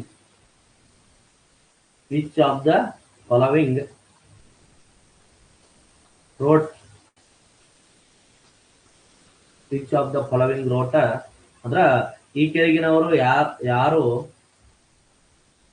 ಛತ್ರ ಪ್ರಕಾಶ ಅನ್ನುವಂತಹ ಕೃತಿ ಇದೆ, ಆ ಕೃತಿ ಯಾರಿಗೆ ಸಂಬಂಧಿಸಿದೆ? ಛತ್ರಸಾಲ್ ಬುಂದೇಲಾ ಅನ್ನೋನಿಗೆ ಸಂಬಂಧಿಸಿದಂತ ಕೃತಿಯಾದ ಛತ್ರ ಪ್ರಕಾಶ ಕೃತಿಯನ್ನ ಯಾರು ಬರೆದಾರು ಕೇಳಿದಾರ. ಛತ್ರ ಪ್ರಕಾಶ ಅನ್ನುವಂತ ಕೃತಿ. ಈ ಕ್ವಶನ್ ನಿಮ್ಗೆ ಯಾಕೆ ಚೇಂಜಸ್ ಅನಿಸ್ತೈತೆ ಅಂದ್ರೆ ಇದು ಮಧ್ಯಪ್ರದೇಶ ರೀಜನಲ್ ಕ್ವಶನ್. ಇದು ಮಧ್ಯಪ್ರದೇಶದ ಇತಿಹಾಸದಾಗ ಬರ್ತಕ್ಕಂತ ಒಂದು ವಿಶೇಷವಾದಂತ ಕ್ವಶನ್. ಅಲ್ಲಿ ಮಧ್ಯಪ್ರದೇಶದ ಇತಿಹಾಸವನ್ನು ಓದುವಾಗ ಬರ್ತಕ್ಕಂಥ ಕ್ವಶನ್. ಈ ಕೃತಿಯನ್ನ ಬರೆದವರು ಗೋರಾಲಾಲ್ ಪುರೋಹಿತ್ ಅನ್ನುವಂಥವ್ರು. ಏನ್ ಮಾಡಿದಾರ ಅಂದ್ರ ಛತ್ರ ಪ್ರಕಾಶ ಅನ್ನುವಂತ ಕೃತಿಯನ್ನ ಬರೆದಿದಾರ. ಈ ಛತ್ರಸಾಲ್ ಬುಂಡೇಲಾ ಏನ್ ಮಾಡ್ತಾನಂದ್ರ ಮೊಘಲರ ವಿರುದ್ಧ ಏನ್ ಮಾಡ್ತಾನಂದ್ರ ಹೋರಾಟ ಮಾಡಿದ್ದನ್ನ ಕಾಣ್ತೀವಿ. ಯಾವಾಗಂದ್ರ ಔರಂಗಜೇಬನ ಮರಣದ ನಂತರ ಔರಂಗಜೇಬನ ಮಕ್ಕಳೇನ್ ಬರ್ತಾರಲ್ಲ, ಬಹದ್ದೂರ್ ಶಾ ಕಾಲದಾಗ ಅದನ್ನ ಸಮಕಾಲೀನಾದಂತ ಛತ್ರಸಾಲ್ ಬುಂಡೇಲಾ ಬರ್ತಾನ. ಇದನ್ನೆಲ್ಲ ಅವಾಗ ಚರ್ಚೆ ಮಾಡೋಣ. ಮಾಡರ್ನ್ ಇಂಡಿಯನ್ ಹಿಸ್ಟ್ರಿ ಆಗೋದಿಲ್ಲ, ಅವಾಗ ಚರ್ಚೆ ಮಾಡೋಣ. ಮೊಘಲ್ ಅವನತಿಯ ಹಂತದಲ್ಲಿ ಇರ್ತಕ್ಕಂಥ ಸಂದರ್ಭದಾಗ ಬರ್ತಾ ಛತ್ರಸಾಲ್ ಬುಂಡೇಲಾ ಬರ್ತಾನ. ಅದೇ ರೀತಿಯಾಗಿ ಬಂದಾ ಬಹದ್ದೂರ್ ಅಂತ ಹೇಳಿ ಬರ್ತಾನ, ಅವನು ಎಲ್ಲ ಚರ್ಚೆ ಮಾಡೋಣ. ಗೋರಾಲಾಲ್ ಪುರೋಹಿತ್ ಅನ್ನುವಂಥವ್ರು ಬರ್ತಾರ. ಛತ್ರಸಾಲ ಪ್ರಕಾಶ ಅನ್ನುವಂತ ಕೃತಿಯನ್ನ ಬರ್ತಾರ. ನೆಕ್ಸ್ಟ್ ನೋಡ್ರಿ, great teacher Mahesh Thakur was related to which educational institute during the reign of Akbar? Mahesh Das ಅಲ್ಲ, ಅದು ಮಹೇಶ್ ಠಾಕೂರ್ ಕೇಳ್ಯಾರ. ನೀವು ಮಹೇಶ್ ದಾಸ್ ಬೀರ್ಬಲ್ ಅನ್ಬೋದು, ಬೀರ್ಬಲ್ ಬಗ್ಗೆ ಕ್ವಶನ್ ಇಲ್ಲ ಇಲ್ಲಿ. ಗ್ರೇಟ್ ಟೀಚರ್, ಪ್ರಸಿದ್ಧ ಶಿಕ್ಷಕ ಮಹೇಶ್ ಠಾಕೂರ್ ಈ ಕೆಳಗಿನ ಯಾವ ಎಜುಕೇಶನಲ್ ಸಂಸ್ಥೆ ಅಂದ್ರ ಯಾವುದು ಶಿಕ್ಷಣ ಸಂಸ್ಥೆಯೊಂದಿಗೆ ಗುರುತಿಸಿಕೊಂಡಾನ ರೇನ್ ಆಫ್ ಅಕ್ಬರ್ನ ಕಾಲದಲ್ಲಿ ಅಂತ ಹೇಳಿ ಕೇಳ್ಯಾರ. ಮಿಥಿಲಾ ಯೂನಿವರ್ಸಿಟಿ ಯಾವ್ದಕ್ಕೆ ಸಂಬಂಧಿಸಿದಾನ? ಮಿಥಿಲಾ ವಿಶ್ವವಿದ್ಯಾಲಯಕ್ಕೆ ಸಂಬಂಧಿಸಿದಾನ. ಯಾವ ವಿಶ್ವವಿದ್ಯಾಲಯಕ್ಕೆ? ಮಿಥಿಲಾ ವಿಶ್ವವಿದ್ಯಾಲಯಕ್ಕೆ ಸಂಬಂಧಿಸಿದಾನ. ಇದು ಕೂಡ ಮಧ್ಯಪ್ರದೇಶ ಇತಿಹಾಸದಾಗ ಬರ್ತಕ್ಕಂಥ ಕ್ವಶನ್ನು, ಅವರ ವಿಷಯಕ್ಕೆ ಸಂಬಂಧಿಸಿದ್ದು. ನಾವ್ ಹೆಂಗ್ ಕದಂಬರು ಬಾದಾಮಿ ಚಾಲುಕ್ಯರ ಬಗ್ಗೆ ದೀರ್ಘವಾಗಿ ಗೊತ್ತಿರ್ತೀವಿ, ಆ ರೀತಿಯಾಗಿ ಅವರು ಮಧ್ಯಪ್ರದೇಶದ ಇತಿಹಾಸ ಓದತ್ನಾಗ ಇದರ ಬಗ್ಗೆ ದೀರ್ಘವಾಗಿ ಅಧ್ಯಯನ ಮಾಡಿರ್ತಾರ. ಇದು ಅವರ ಮಧ್ಯಪ್ರದೇಶ ಇತಿಹಾಸ ಸಿಲೆಬಸ್ ಸಂಬಂಧಿಸಿದಂತ ಕ್ವಶನ್. ಇನ್ನು ನೆಕ್ಸ್ಟ್ ಬರ್ತಕ್ಕಂಥ ಕ್ವಶನ್ ನೋಡ್ರಿ, ಇದು ನೋಡ್ರಿ ಮಾಡರ್ನ್ ಇಂಡಿಯಾ ಕ್ವಶನ್ ಬರ್ತದೆ. ಹೂ among the following is the associated with blue water plan? ನೀಲಿ ಜಲನೀತಿ ಯಾರಿಗೆ ಸಂಬಂಧಿಸಿದೆ? Famous question. ಅಲ್ಮೇಡಾಗೆ ಸಂಬಂಧಿಸಿದೆ. ಯಾವುದು? ನೀಲಿ ಜಲನೀತಿ. ಈತ ಪೋರ್ಚುಗೀಸರ ಒಬ್ಬ ಗವರ್ನರ್ ಜನರಲ್. ಈತ ಅಲ್ಮೇಡಾ. ಯಾರು? ಅಲ್ಮೇಡಾಗೆ ಸಂಬಂಧಿಸಿದೆ ನೀಲಿ ಜಲನೀತಿ. Next, which British governor general was tried for impeachment. ಈ ಕೆಳಗಿನ ಯಾವ ಬ್ರಿಟಿಷ್ ಗವರ್ನರ್ ಜನರಲ್ ಮಹಾಭಿಯೋಗಕ್ಕೆ ಒಳಪಟ್ಟಿದ್ದಾನ ಅಂತ ಕೇಳಿದಾರ ನೋಡ್ರಿ. ಯಾರನ್ನ ಪದಚ್ಯುತಿಗೊಳಿಸೋದಕ್ಕೆ ಮಹಾಭಿಯೋಗಕ್ಕೆ ಒಳಪಟ್ಟಿದ್ದಾನ ಅಂತ ಕೇಳಿದಾರ. Answer is Warren Hastings. Warren Hasting ಏನಾಗಿದ್ದಾನ ಅಂದ್ರ ಇಂಪ್ರೀಚ್ಮೆಂಟ್ ಗೆ ಒಳಪಟ್ಟಿದ್ದಾನ, ಮಹಾಭಿಯೋಗಕ್ಕೆ ಒಳಪಟ್ಟಿದ್ದಾನ. ಇದ್ರ ಬಗ್ಗೆ ಡೀಟೇಲ್ ಗವರ್ನರ್ ಜನರಲ್ ಕಾಲದಲ್ಲಿ ಚರ್ಚೆ ಮಾಡ್ತೀವಿ. ಯಾರು? ವಾರನ್ ಹೇಸ್ಟಿಂಗ್ ಒಳಪಟ್ಟಿದ್ದಾನ ನೋಡ್ರಿ. Warren Hastings. ಮಹಾಭಿಯೋಗ, ಇಂಪ್ರೀಚ್ಮೆಂಟ್ ಅಂದ್ರ ಮಹಾಭಿಯೋಗ ಅಂತ ಹೇಳ್ಕೇತಿ ನೋಡ್ರಿ. ಆ ಮಹಾಭಿಯೋಗಕ್ಕೆ ಒಳಪಟ್ಟಿದ್ದಾನ. Next, who among the following were associated with the indigo rebellion. ಯಾವುದು? ಇಂಡಿಗೋ ಚಳವಳಿ ಯಾವಾಗ ನಡೀತದ? 1859-60 ಕಾಲದಲ್ಲಿ. ಯಾವ ಕಾಲದಲ್ಲಿ? 1859-60 ಕಾಲದಲ್ಲಿ ಇಂಡಿಗೋ ಚಳವಳಿ. ಯಾವ ಚಳವಳಿ? ಇಂಡಿಗೋ ಚಳವಳಿ ನಡೀತಿ. ಇದು ಸಂಬಂಧಿಸಿದ್ದು ನಮಗೆ ಗೊತ್ತಾಯ್ತು, ರೈತರಿಗೆ ಸಂಬಂಧಿಸಿದ್ದು. ಇಂಡಿಗೋ ಬೆಳಿತಕ್ಕಂಥ ರೈತರ ಹೋರಾಟ ನಡೀತಾರ. ಅದನ್ನ ಬಿಟ್ಟು ಏನು ಬ್ರಿಟಿಷ್ ಸೈನಿಕರು ಏನು ಬೆಳೆದಲ್ಲ, ಭಾರತೀಯ ಸೈನಿಕರು ಬೆಳೆದಲ್ಲ, ಭಾರತೀಯ ಜಮೀನ್ದಾರಿಗಳು ಲ್ಯಾಂಡ್ಲಾರ್ಡ್ಸ್ ಬೆಳೆದಲ್ಲ. ಬೆಳೆದವರು ರೈತರು ಬೆಳೆದಾರ. ಹೋರಾಟ ರೈತರ ಮಾಡ್ತಾರೆ, ಇವ್ರು ಯಾರು ಮಾಡಲ್ಲ. ಹಾಗಾಗಿ ಇಂಡಿಗೋ ರಿಬೆಲಿಯನ್ ಸಂಬಂಧಿಸಿದ್ದು ರೈತರಿಗೆ ಸಂಬಂಧಿಸಿದೆ, ಫಾರ್ಮರ್ಸ್ ಸಂಬಂಧಿಸಿದೆ ಅನ್ನೋದನ್ನ ಕಾಣ್ತೀವಿ. ನೆಕ್ಸ್ಟ್ ಕ್ವಶನ್ ನೋಡ್ರಿ. Who among the following Indians did not analyse British economic policy. ಈ ಕೆಳಕಂಡಂತಹ ಇಂಡಿಯನ್ಸ್, ಭಾರತೀಯರಲ್ಲಿ ಯಾರು ಬ್ರಿಟಿಷ್ ಆರ್ಥಿಕ ನೀತಿಯನ್ನ ಚರ್ಚಿಸಿಲ್ಲ ಅಥವಾ ವಿಮರ್ಶೆಗೆ ಒಳಪಡಿಸಿಲ್ಲ, ಅನಲೈಸ್ ವಿಶ್ಲೇಷಿಸಿಲ್ಲ ಅಂತ ಹೇಳಿ ಕೇಳಿದಾರ. ಗೊತ್ತೈತಿ. ದಾದಾಬಾಯಿ ನವರೋಜಿ ಗೊತ್ತೈತಿ, ಬ್ರೇನ್ ಥಿಯರಿ ಐತಿ. ಮಹಾದೇವ್ ಗೋವಿಂದ್ ರಾನಡೆ, ದಾದಾಬಾಯಿ ನವರೋಜಿ ಮ್ಯಾಗ ಪ್ರಭಾವ ಬೀರಿದಾರ. ಇವರು ಆರ್ಥಿಕತೆ ಮ್ಯಾಗ ಭಾರತದಿಂದ ಆದಂತಹ ಸಂಪತ್ತಿನ ಸೋರಿಕೆ ಬಗ್ಗೆ ಬರ್ದಾರ. ಇನ್ನ ರಮೇಶ್ ಚಂದ್ರ ದತ್ ಗೊತ್ತೈತಿ, ಎಕನಾಮಿಕ್ ಹಿಸ್ಟ್ರಿ ಆಫ್ ಇಂಡಿಯಾ ಅನ್ನುವಂತ ಕೃತಿ ಬರ್ದಾರ. ಬರ್ದೇ ಇರದವ್ರಂತ ವಲ್ಲಭಾಯ್ ಪಟೇಲ್ ಬರ್ದಿಲ್ಲ. ಯಾರು ಬರ್ದಿಲ್ಲ? ವಲ್ಲಭಾಯ್ ಪಟೇಲ್ ಅವರು ಬರ್ದಿಲ್ಲ. ಎಷ್ಟು ಜನ ಆದ್ರು ಇದರಲ್ಲಿ ಉತ್ತರ ವಲ್ಲಭಾಯ್ ಪಟೇಲ್ ಏನ್ ಮಾಡಿಲ್ಲ ಅಂದ್ರ ಅವರ ಆರ್ಥಿಕತೆ ಬಗ್ಗೆ ಚರ್ಚೆನೆ ಮಾಡಿಲ್ಲ. ಕ್ಲಿಯರ್ ಆಯ್ತಾ? ವಲ್ಲಭಾಯ್ ಪಟೇಲ್. ಈಗ ದಾದಾಬಾಯಿ ನವರೋಜಿ, ಬ್ರೇನ್ ಥಿಯರಿ, ಮಹಾದೇವ್ ಗೋವಿಂದ್ ರಾನಡೆ ಇವರು ಕೂಡ ಏನ್ ಮಾಡ್ಯಾರ, ಅದ್ರ ಬಗ್ಗೆ ಚರ್ಚೆ ಮಾಡಿರೋದನ್ನ ಕಾಣ್ತೀವಿ. ಜೊತೆಗೆ ರಮೇಶ್ ಚಂದ್ರ ದತ್ ಅವರು ಎಕನಾಮಿಕ್ ಹಿಸ್ಟ್ರಿ ಆಫ್ ಇಂಡಿಯಾ ಅನ್ನುವಂತ ಕೃತಿ ಬರ್ದಾರ. ಇನ್ನ ಸರ್ದಾರ್ ವಲ್ಲಭಾಯ್ ಪಟೇಲ್ ಅವರು ಇದ್ರ ಬಗ್ಗೆ ಯಾವುದೇ ಚರ್ಚೆಯನ್ನ ನೀಡಿಲ್ಲ. ಯಾವುದ್ರ ಬಗ್ಗೆ? ಬ್ರಿಟಿಷರ ಸಂಪತ್ತಿನ ಸೋರಿಕೆ ಅಥವಾ ಬ್ರಿಟಿಷ್ ಆರ್ಥಿಕ ನೀತಿ ಬಗ್ಗೆ ಚರ್ಚೆ ಮಾಡಿಲ್ಲ. ನೆಕ್ಸ್ಟ್ ಕೇಳಿದ ನೋಡ್ರಿ. Which professional historian does not regard the revolt of 1857 as a national in character due to lack of extend in India. ಈ ಕೆಳಗಿನ ಯಾವ ವೃತ್ತಿಪರ ಇತಿಹಾಸಕಾರ 1857ರ ದಂಗೆಯನ್ನ ಭಾರತ ವ್ಯಾಪ್ತಿ ಅಂದ್ರ ಭಾರತದಾದ್ಯಂತ ವ್ಯಾಪಿಸಿದ ಹೋರಾಟ ಅಲ್ಲ ಅಂತ ಹೇಳಿದಾರ ಕೇಳಿದಾರೆ. ವೃತ್ತಿಪರ ಇತಿಹಾಸಕಾರ ಯಾರ? ಈ ಕೆಳಗಿನವರ ವಿ ಡಿ ಸಾವರ್ಕರ, ಎಸ್ ಎನ್ ಸೇನಾ, ಆರ್ ಸಿ ಮಜುಮ್ದಾರ ಮತ್ತು ಎಸ್ ಬಿ ಚೌಧರಿ.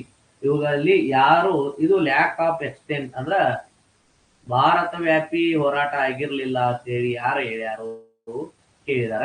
ಇದನ್ನ ಹೇಳಿದವರು ಆರ್ ಸಿ ಮಜುಮ್ದಾರ್ ಅವರು ಹೇಳಿದಾರೆ. ಆರ್ ಸಿ ಮಜುಮ್ದಾರ್ ಅವರು ಇದು ಭಾರತ ವ್ಯಾಪಿ ಚಳವಳಿ ಆಗಿರಲಿಲ್ಲ, ಕೆಲವೊಂದಿಷ್ಟು ಲ್ಯಾಕ್ ಆಫ್ ಎಕ್ಸ್ಟೆಂಟ್ ಅಂದ್ರೆ ಕೆಲವೊಂದಿಷ್ಟು ಪ್ರದೇಶಗಳಿಗೆ ಮಾತ್ರ ಸೀಮಿತವಾಗಿತ್ತು, ಇದು ದೇಶಾದ್ಯಂತ ನಡೆದಂತ ಚಳವಳಿ ಆಗಿರ್ಲಿಲ್ಲ ಅನ್ನೋ ಒಂದು ಸ್ಟೇಟ್ಮೆಂಟ್ ಕೊಟ್ಟವ್ರು ಯಾರಂದ್ರ ಆರ್ ಸಿ ಮಜುಮ್ದಾರ್ ಅವರು ಕೊಟ್ಟರು. ಇದು ಹಿಸ್ಟೋಗ್ರಫಿ ಕ್ವಶನ್ ಬರ್ತದ.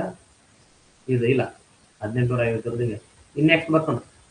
The vernacular press act was passed by which year. ದೇಶೀಯ ವೃತ್ತಪತ್ರಿಕಾ ಕಾಯ್ದೆ.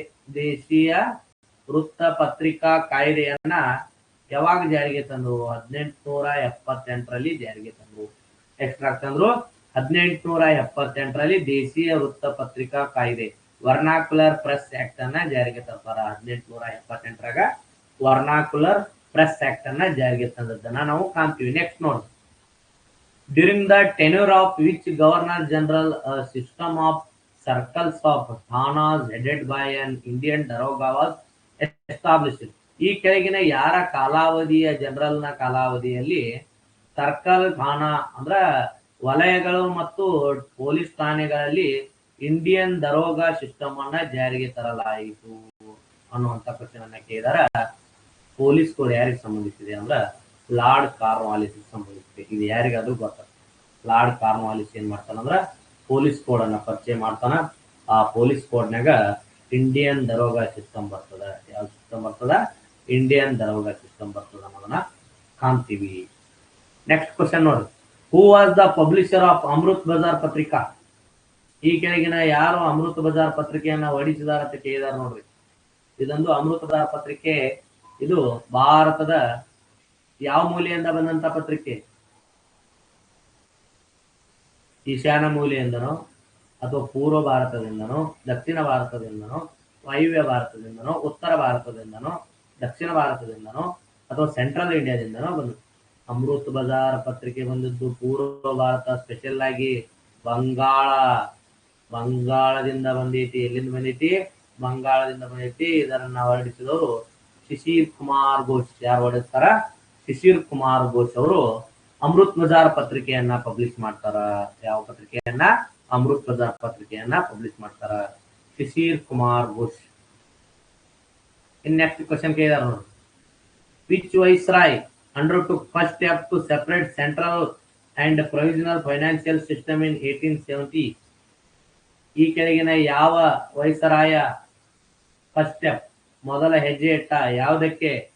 ಸೆಪರೇಟ್ ಸೆಂಟ್ರಲ್ ಅಂಡ್ ಪ್ರೊವಿಷನಲ್, ಪ್ರಾಂತೀಯ ಮತ್ತು ಕೇಂದ್ರೀಯ ಹಣಕಾಸು ವಿಭಾಗಗಳನ್ನ ವಿಂಗಡಣೆ ಮಾಡ್ತಾನ. ಎಷ್ಟರಲ್ಲಿ? 1870ರಲ್ಲಿ. ಯಾರು ಕೇಳಿದಾರ? 1870ರಾಗ ಯಾರಿದ್ರ? ಲಾರ್ಡ್ ಮೇಯೋ ಇದ್ದ. ಮೊದಲ ಜನಗಣತಿ ಮಾಡಿದಂತಹ ಲಾರ್ಡ್ ಮೇಯೋ 1870ರಾಗಿದ್ದ. ಹಾಗಾಗಿ ಅವಧಿ ನೆನಪಿತ್ತಂದ್ರ ಉತ್ತರ ಸಿಕ್ಕಂಗ ಮುಗಿತಿಲ್ಲ. ಉಳಿದ ಏನ್ ಚರ್ಚೆ ಮಾಡೋದ್ರ ಇವ್ರ ಬಗ್ಗೆ ನೋಡಕ್ ಹೋಗೋದಲ್ಲಿ ಅವ್ರು ಇವರ ಸಂಬಂಧ ಇರೋದ್ರ. ಲಾರ್ಡ್ ಮೇಯೋ ಇದ್ದ. ಯಾರಿದ್ದ? ಲಾರ್ಡ್ ಮೇಯೋ ಇದ್ದ. ಕ್ಲಿಯರ್ ಐತ್ರಿ?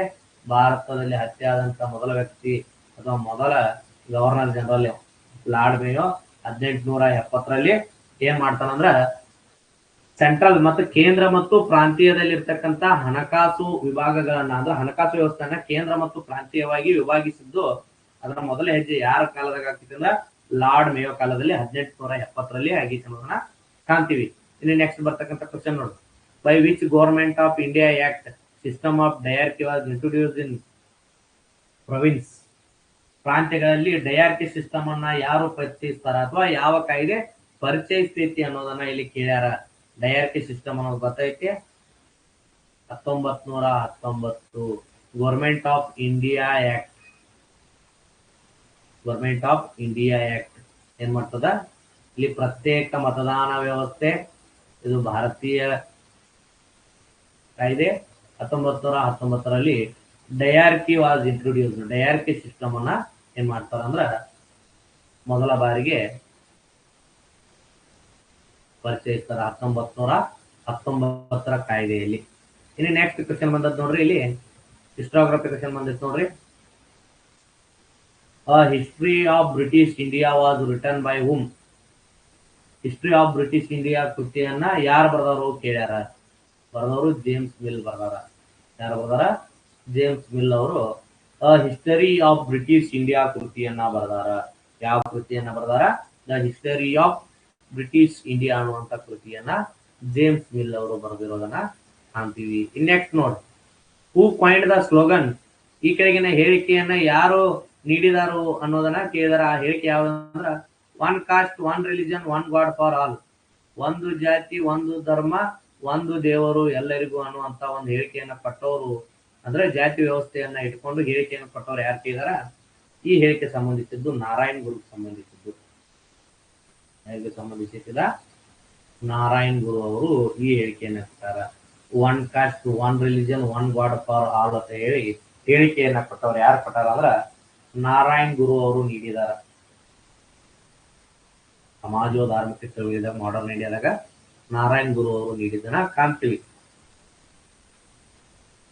ಇನ್ ನೆಕ್ಸ್ಟ್ ಕ್ವಶನ್ ಬಂದಿತ್ತು ನೋಡ್ರಿ, which of the following places in India, a university was not established in 1857 AD? ಈ ಕೆಳಗಿನ ಯಾವ ಸ್ಥಳದಲ್ಲಿ 1857ರಲ್ಲಿ ಏನ್ ಮಾಡಿದಾರ ವಿಶ್ವವಿದ್ಯಾಲಯವನ್ನ ಸ್ಥಾಪಿಸಿಲ್ಲ ಕೇಳಿದಾರ. ಬಾಂಬೆದಾಗ ಸ್ಥಾಪನೆ ಮಾಡ್ತಾರ, ಮದ್ರಾಸ್ದಾಗ ಸ್ಥಾಪನೆ ಮಾಡ್ತಾರ, ಕಲ್ಕತ್ತಾಗ ಸ್ಥಾಪನೆ ಮಾಡ್ತಾರ. ಸ್ಥಾಪನೆ ಮಾಡದೇ ಇರೋದು ಡೆಲ್ಲಿಯಾಗ ಮಾಡುದಿಲ್ಲ. ಎಲ್ಲಿ ಮಾಡುದಿಲ್ಲ? ಡೆಲ್ಲಿಯಾಗ ಏನ್ ಮಾಡಿಲ್ಲ ಅಂದ್ರ ಯಾವುದೇ ರೀತಿಯಾಗಿ ಸ್ಥಾಪನೆ ಮಾಡಿಲ್ಲ ವಿಶ್ವವಿದ್ಯಾಲಯವನ್ನ. 1857ರಲ್ಲಿ ಬಾಂಬೆ, ಮದ್ರಾಸ್, ಕಲ್ಕತ್ತಾಗಳಲ್ಲಿ ಏನ್ ಮಾಡ್ತಾರ ಅಂದ್ರ ಸ್ಥಾಪನೆ ಮಾಡಿರೋದನ್ನ ನಾವಿಲ್ಲಿ ಕಾಣ್ತೀವಿ. Next, who freed the Indian press from restriction in 1835 AD? ಅಂದ್ರೆ ತಡೆ ಹಿಡಿದಂತಹ ಭಾರತೀಯ ವೃತ್ತಪತ್ರಿಕಾ ವ್ಯವಸ್ಥೆಯನ್ನ ಏನ್ ಮಾಡ್ತಾರ ಅಂದ್ರ ಸ್ವತಂತ್ರಗೊಳಿಸಿದವರು ಯಾರು ಅಂತ ಹೇಳಿ ಕೇಳ್ತಾರ. ಇಲ್ಲಿ ಬರ್ತದ ನೋಡಿ, ಚಾರ್ಲ್ಸ್ ಮೆಟಕಾರ್ಪ್ ಅನ್ನುವಂಥವ್ರು.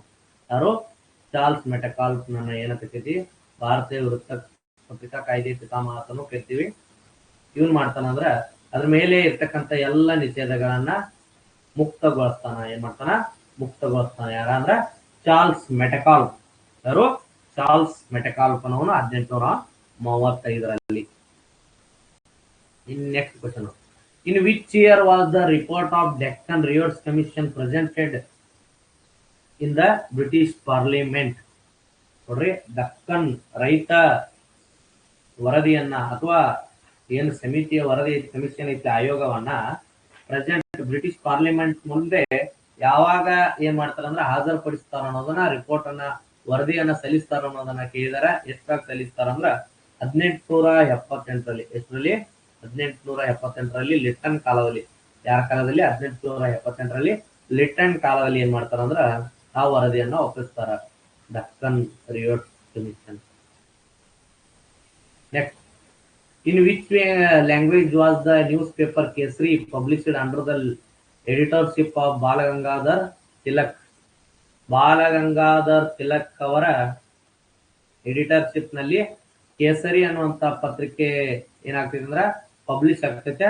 ಅದು ಯಾವ ಭಾಷೆದಾಗ ಪಬ್ಲಿಷ್ ಆಗೈತೆ ಅನ್ನೋದನ್ನ ಕೇಳಿದಾರೆ. ಹಾಗಾದ್ರೆ ಬಾಲಗಂಗಾಧರ್ ತಿಲಕ್ ಅವರು ಯಾವ್ಯಾವ ಪತ್ರಿಕೆಗಳನ್ನ ಬರೆದಿದ್ರು ಅನ್ನುವಂಥದ್ದೊಂದು ಕ್ವಶನ್ ಅನ್ನ, ಅಥವಾ ನಿಮ್ಗೆ ಗೊತ್ತಿರ್ತಕ್ಕಂಥ ಆನ್ಸರ್ ಅನ್ನ ಹೇಳ್ರಿ. ಯಾವ್ಯಾವ ಪತ್ರಿಕೆಗಳನ್ನ ಬರೆದಿದ್ರು? ಯಾಕೆ ಮೆಸೇಜ್ ಹಾಕ್ರಿ, ಬರೀ ನಾ ಹೇಳೋದನ್ನ ಕೇಳ್ಕೊತ ಕೂಡ್ಬೇಡ್ರಿ. ಯಾವ್ಯಾವ ಪತ್ರಿಕೆಗಳನ್ನ ಬರೆದಿದ್ರು ಬಾಲಗಂಗಾಧರ್ ತಿಲಕ್ ಅವರು? ಹಾಕ್ರಿ, ನಿಮ್ಗೆ ಯಾವ್ಯಾವ ಗೊತ್ತದಾವ ಹಾಕ್ರಿ, ಕಮೆಂಟ್ ಮಾಡ್ರಿ ಚಾಟ್ದಾಗ. ಇದೇನ್ ಲೈವ್ ಕ್ಲಾಸ್ ಐತಿ, ಗೊತ್ತಾಗತ್ತೆ, ಕಮೆಂಟ್ ಮಾಡ್ರಿ ನಿಮ್ಗೆ ಯಾರ್ಯಾರು ಗೊತ್ತಿತ್ತವ್ರು. ಬೇಗ ಬೇಗ ಮಾಡ್ಬೇಕ.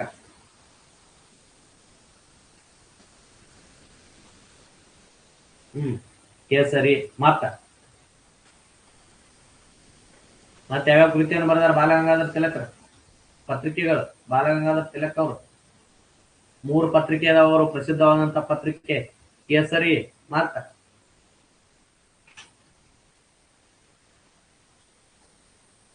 ಒಬ್ರ ಹಾಕ್ಯಾರ, ಉಳ್ದಾರ ಯಾಕೋ ಹಾಕ್ವಾರ, ಹುಡ್ಕ್ಯಾಡತ್ತಾರ. ಆಮೇಲೆ ಕೇಸರಿ ಮರಾಠಿ ಗೊತ್ತೈತ್ರಿ. ಉಳಿದ ಪತ್ರಿಕೆಗಳನ್ನ ಹೇಳ್ರಿ, ಬೇಗ ಬೇಗ ಬೇಗ. ಮತ್ ಕೂಡ ಮರಾಠ ಮತ್ತ ಓಕೆ, ಮರಾಠ, ಕೇಸರಿ, ಕಾಳ ಅನ್ನುವಂತ 3 ಪತ್ರಿಕೆಗಳನ್ನ ಬಿಡ್ತಾರ. ಮರಾಠ ಅನ್ನ ಇಂಗ್ಲಿಷ್ನ್ಯಾಗ ಬಿಡ್ತಾರ, ಮತ್ತೆ ಕೇಸರಿಯನ್ನ ಮರಾಠಿ ಒಳಗ ಬಿಡ್ತಾರ, ಮತ್ತ ಕಾಳವನ್ನು ಕೂಡ ಮರಾಠಿ ಒಳಗ ಬರೆದದ್ದನ್ನ ಕಾಣ್ತೀವಿ. 3 ಪತ್ರಿಕೆಗಳನ್ನ ಬರೀತಾರ ಬಾಲಗಂಗಾಧರ ತಿಲಕರು. ಯಾರು? ಬಾಲಗಂಗಾಧರ ತಿಲಕರು. ನೆಕ್ಸ್ಟ್ ಕೇಳಿದನು, ಮೊನೋಪಲಿ of the British East India company over Indian trade was abolished by which act? ಅಂದ್ರ ಭಾರತೀಯ ವ್ಯಾಪಾರ ಮಾಡತಕ್ಕಂತ ಬ್ರಿಟಿಷ್ ಈಸ್ಟ್ ಇಂಡಿಯಾ ಕಂಪನಿಯ ಏಕಸ್ವಾಮ್ಯವನ್ನ ಈ ಕೆಳಗಿನ ಯಾವ ಕಾಯ್ದೆಯ ಮೂಲಕ ತೆಗೆದು ಹಾಕಲಾಯಿತು ಅಂತ ಕೇಳಿದಾರೆ. ಯಾವ ಕಾಯ್ದೆಯ ಮೂಲಕ ಬ್ರಿಟಿಷ್ ಈಸ್ಟ್ ಇಂಡಿಯಾ ಕಂಪನಿಯ ವ್ಯಾಪಾರದ ಏಕಸ್ವಾಮ್ಯವನ್ನ ತೆಗೆದು ಹಾಕಲಾಯಿತು ಅನ್ನುವಂತ ಕ್ವಶನ್ ಕೇಳ್ಯಾರ. ಆ ಕಾಯ್ದೆ ಚಾರ್ಟರ್ ಕಾಯ್ದೆ 1813. 1813ರ ಚಾರ್ಟರ್ ಕಾಯ್ದೆ ಪ್ರಕಾರ ಬ್ರಿಟಿಷ್ ವ್ಯಾಪಾರದ ಈಸ್ಟ್ ಇಂಡಿಯಾ ಕಂಪನಿಯ ಏಕಸ್ವಾಮ್ಯವನ್ನ ತೆಗೆದು ಹಾಕಲಾಯಿತು. ಏಕಸ್ವಾಮ್ಯವನ್ನ ತೆಗೆದು ಹಾಕಲಾಯಿತು 1813 ಕಾಯ್ದೆ. ಈ ಚಾರ್ಟರ್ ಕಾಯ್ದೆ ಅನ್ನುವಂಥದ್ದು ಪ್ರತಿ 20 ವರ್ಷಕ್ಕೊಮ್ಮೆ ಹೊರಡಿಸ್ತಿರ್ತಾರೆ. ಯಾವ ಕಾಯ್ದೆಯನ್ನ? ಚಾರ್ಟರ್ ಕಾಯ್ದೆಯನ್ನ.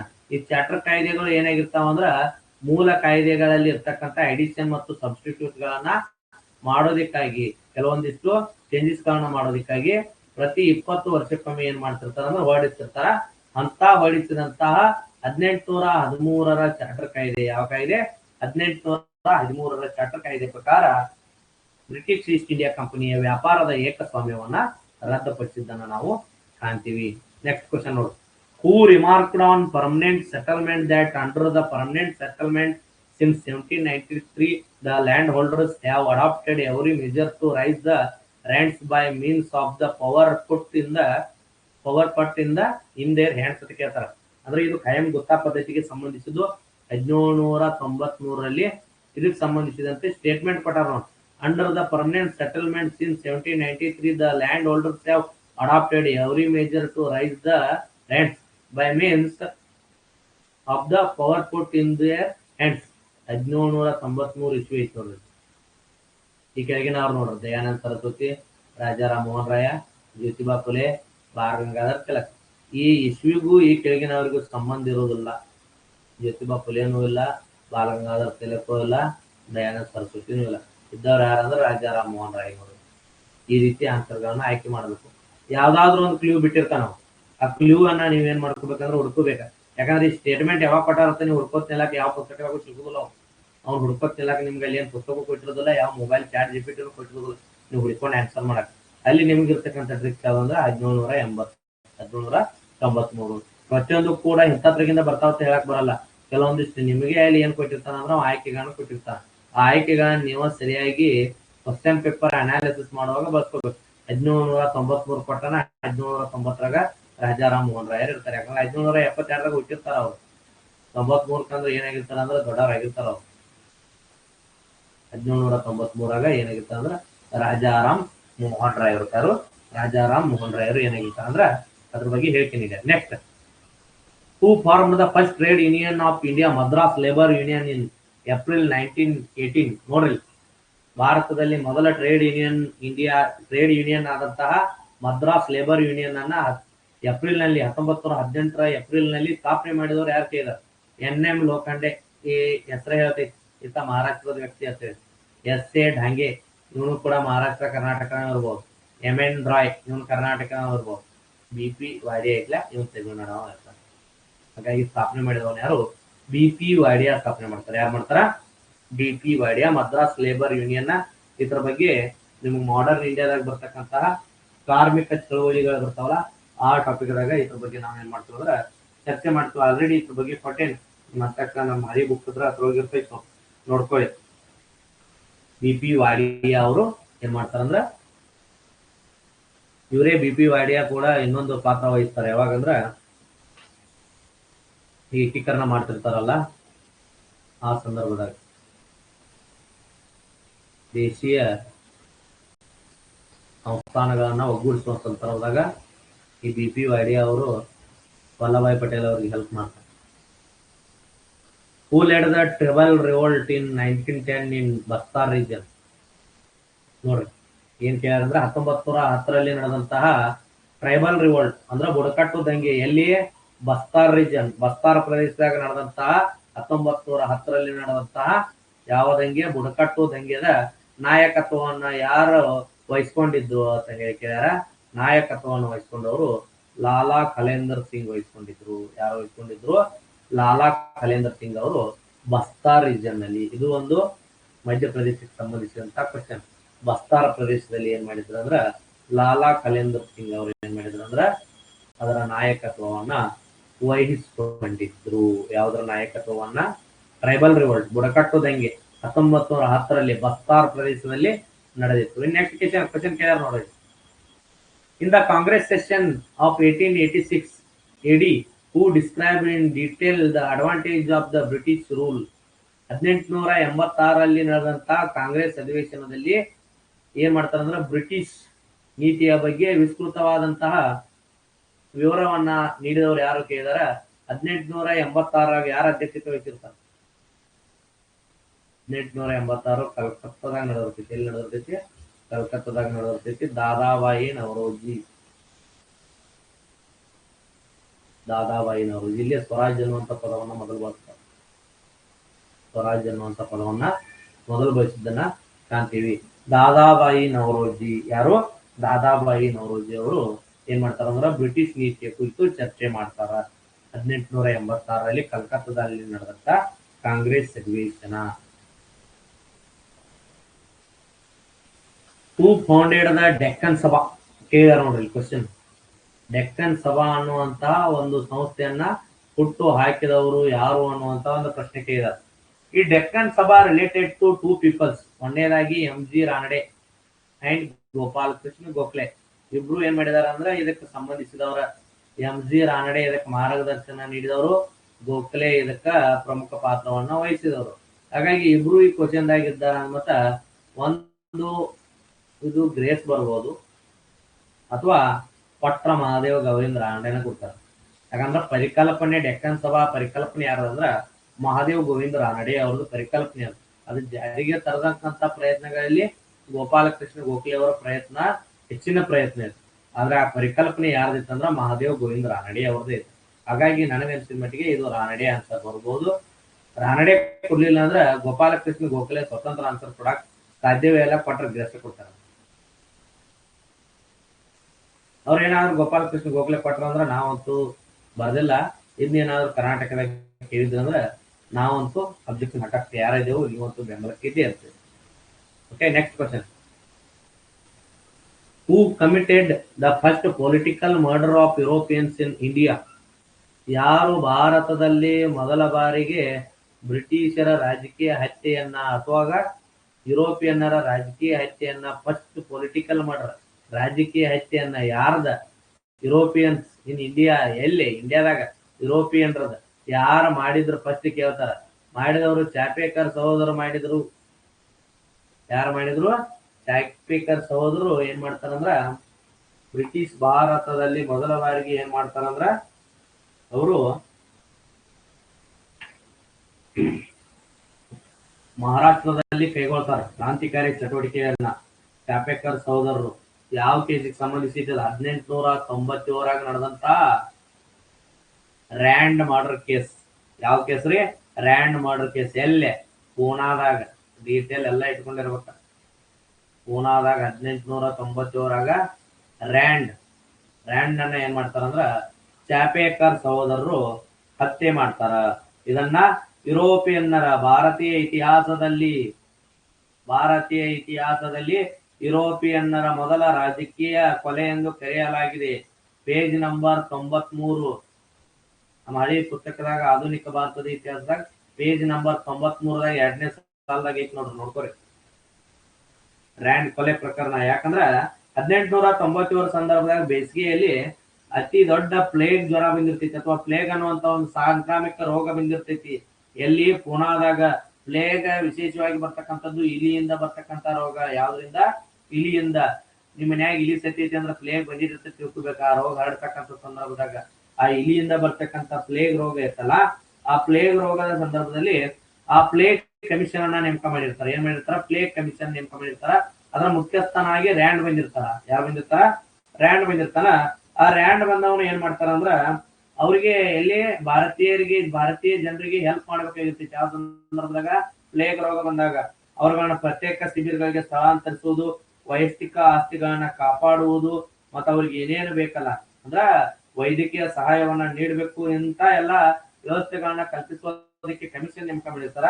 ಆದ್ರೆ ಇವನ್ ಏನ್ ಮಾಡ್ತಾರಂದ್ರ ಪ್ರತ್ಯೇಕ ಶಿಬಿರಗಳನ್ನ ಸ್ಥಾಪನೆ ಮಾಡೋದ್ರ ಜೊತೆಗೆ ಅವರನ್ನ ಆ ಶಿಬಿರಗಳನ್ನ ಸುಡೋದು, ವೈಯಕ್ತಿಕ ಆಸ್ತಿಗಳನ್ನ ನಾಶ ಪಡೋದು, ಯಾರ ರೋಗ ಬಂದಿರ್ತಿರ್ಲಿಲ್ಲ ಅವನ್ ತಗೊಂಡೋಗಿ ಬೆಂಕಿ ಹಾಕೋದು, ಇದನ್ನ ಮಾಡ್ತಿರ್ತಾನ. ಇದರಿಂದ ರೊಚ್ಚಿಗೆದ್ದಂತಹ ಚಾಪೇಕರ್ ಸಹೋದರ ಮೊದಲ ಯಾರಿರ್ತಾರಂದ್ರ ಅವ್ರ ಚಿತ್ತಪಾವನ ಬ್ರಾಹ್ಮಣರಾಗಿರ್ತಾರ.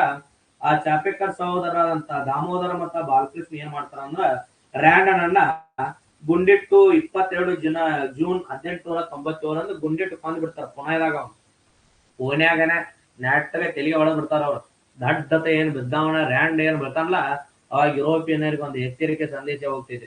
ನಾವೇನಾದ್ರೂ ಇಲ್ಲ ಸಲದ ಇಲ್ಲಿ ಆಟ ಭಾರತದಾಗ ನಡೆಸಿದಂದ್ರ ನೆಕ್ಕಿ ಮಕ್ಕಳ ಮುಂದೆ ಬಿಡುದಿಲ್ಲ ಅನ್ನೋದು ಪಕ್ಕ ಗೊತ್ತಾಗ್ಬಿಡೈತಿ. ಯಾವಾಗ ಚಾಪೇಕರ್ ಸಹೋದರ ಕೊಂದ ಮ್ಯಾಗ ಅಲ್ಲಿ ತನಾನು ಅವ್ರಿಗೆ ಭಯ ಅನ್ನೋದು ಇರುದಿಲ್ಲ. ಇದಕ್ಕಾಗಿ ಮತ್ತೊಂದು ಕಮಿಷನ್ ನೇಮಕ ಮಾಡ್ತಾರ. ಚಾಪೇಕರ್ ಸಹೋದರನ್ನ ಗಲ್ಲಿಗೆ ಹಾಕ್ತಾರ. ಇದು ಸೆಕೆಂಡರಿ. ಅದ್ರ ಮಾಡಿದಂತ ಸಾಹಸ ಇದನ್ನ ಏನಂತ ಕರೆದಾರ ಅಂದ್ರೆ ಭಾರತದ ಇತಿಹಾಸದಾಗ ಯುರೋಪಿಯನ್ನರ ಮೊದಲ ರಾಜಕೀಯ ಕೊಲೆ ಅಂತ ಹೇಳಿ ಕರೆದಿದ್ದಾರ ಚಾಪೇಕರ್ ಸಹೋದರ ಕೈಗೊಂಡಿರೋದನ್ನ. Next question, who is known as Socrates of Maharashtra? ಯಾರನ್ನ ಮಹಾರಾಷ್ಟ್ರದ ಸಾಕ್ರೆಟಿಸ್ ಅಂತ ಹೇಳಿ ಕರೀತಾರ ಕ್ವಶನ್ ಕೇಳ್ಯಾರ ನೋಡ್ರಿ. ಮಹಾರಾಷ್ಟ್ರದ ಸಾಕ್ರೆಟಿಸ್ ಅಂತ ಯಾರನ್ನ ಕರೀತಾರಂದ್ರ ಮಹಾದೇವ್ ಗೋವಿಂದ ರಾನಡೆ ಅವರನ್ನ ಕರೀತಾರ. ಯಾರನ್ನ ಕರೀತಾರ? ಮಹಾದೇವ್ ಗೋವಿಂದ ರಾನಡೆ ಅವರನ್ನ ಕರೀತಾರ. ಗಾಂಧೀಜಿಯವರ ರಾಜಕೀಯ ಗುರು ಗೋಪಾಲಕೃಷ್ಣ ಗೋಖಲೆ. ಗೋಪಾಲಕೃಷ್ಣ ಗೋಖಲೆ ಅವರ ರಾಜಕೀಯ ಗುರು ಮಹಾದೇವ್ ಗೋವಿಂದ ರಾನಡೆ. ಯಾರ್ರಿ? ಮಹಾದೇವ ಗೋವಿಂದ ರಾನಡೆ. ಗೋಖಲೆಯನ್ನ ಮಹಾರಾಷ್ಟ್ರದ ಕಪ್ಪು ವಜ್ರ ಅಂತ ಕರೆದ್ರ ಮಹಾವಿಂದ ಗೋವಿಂದ ರಾನಡೆ ಅವರನ್ನ ಏನಂತ ಕರೀತಾರ ಅಂದ್ರ ಸಾಕ್ರೆಟಿಸ್ ಆಫ್ ಮಹಾರಾಷ್ಟ್ರ ಅಂತ ಹೇಳಿ ಕರೀತಾರ. ಏನಂತ ಕರೀತಾರ? ಸಾಕ್ರೆಟಿಸ್ ಆಫ್ ಮಹಾರಾಷ್ಟ್ರ ಅಂತ ಹೇಳಿ ಮಹಾದೇವ ಗೋವಿಂದ ರಾನಡೆ ಅವರನ್ನ ಕರೆದಿದ್ದನ್ನ ಕಾಣ್ತೀವಿ. ಇನ್ನು ನೆಕ್ಸ್ಟ್ ನೋಡ್ರಿ, ಗಾಂಧಿ ಅನ್ಬಿಡೋದು ಬಂದ ಬಿಟ್ಟು ನೋಡ್ರಿ, ಗಾಂಧಿ ಎಲ್ಲಿ ಹೋಗ್ಲಿಲ್ಲ. Where did Gandhiji start the ದಂಡಿ ಮಾರ್ಚ್ ಫ್ರಾಮ್?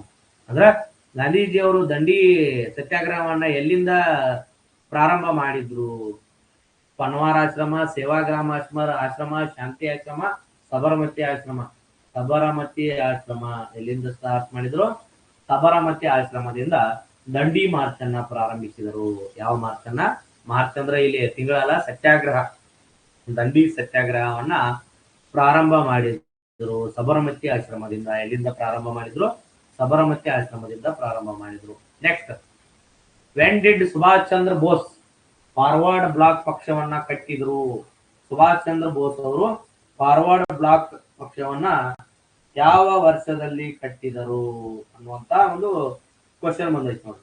ಯಾವ ವರ್ಷದಲ್ಲಿ ಕಟ್ಟಿದ್ರು ಫಾರ್ವರ್ಡ್ ಬ್ಲಾಕ್ ಪಕ್ಷವನ್ನ? ಸುಭಾಷ್ ಚಂದ್ರ ಬೋಸ್ ಅವರು ಫಾರ್ವರ್ಡ್ ಬ್ಲಾಕ್ ಪಕ್ಷವನ್ನ ಯಾವ ವರ್ಷದಲ್ಲಿ ಕಟ್ಟಿದ್ರು? ಈಜಿ ಅಂತ ಕ್ವಶನ್. ಹೇಳ ಪಟ್ನ, ಯಾವ ವರ್ಷದಲ್ಲಿ ಫಾರ್ವರ್ಡ್ ಬ್ಲಾಕ್ ಪಕ್ಷವನ್ನ ಕಟ್ಟಿದ್ರು? ಹಾಕ್ರಿ ಕ್ವಶನ್, ಇದನ್ನ ಹಾಕ್ರಿ, ಕಮೆಂಟ್ ಹಾಕ್ರಿ, ಪಟ ಹಾಕ್ಬೇಕು ಕಮೆಂಟ್. ಸುಭಾಷ್ ಚಂದ್ರ ಬೋಸ್ ಅವರು ಯಾವ ವರ್ಷದಲ್ಲಿ ಹಾಕಿದ್ರು? ಪಟ್ನ ಹಾಕ್ರಿ, ಹಾಕ್ಬೇಕು ಕಮೆಂಟ್.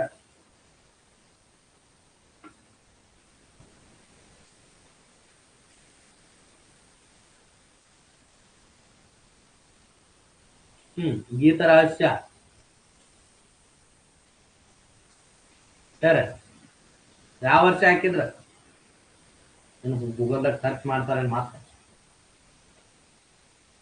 ಮತ್ತ ವಿಶ್ವನಾಥ್ ಡಿ ಎಂ ಅವರು ಸಿ ಅಂತ ಹೇಳ್ಯಾರ ನೋಡ್ರ, 1940 ಅಂತ ಹೇಳ್ಯಾರ.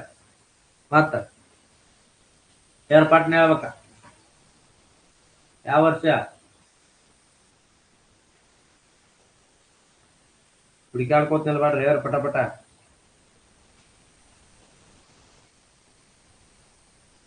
ಅಮರೇಶ್ ಕೋರಿ 1939.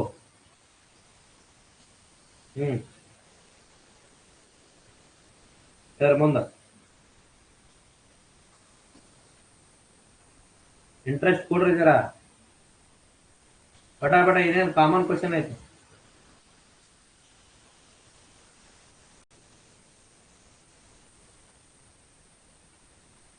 ಸುಭಾಷ್ ಚಂದ್ರ ಬೋಸ್ ಅವರು ಫಾರ್ವರ್ಡ್ ಬ್ಲಾಕ್ ಪಕ್ಷವನ್ನ ಎಲ್ಲಿ ಸ್ಥಾಪನೆ ಮಾಡಿದ್ರು? ಅದನ್ನ ಹೇಳ.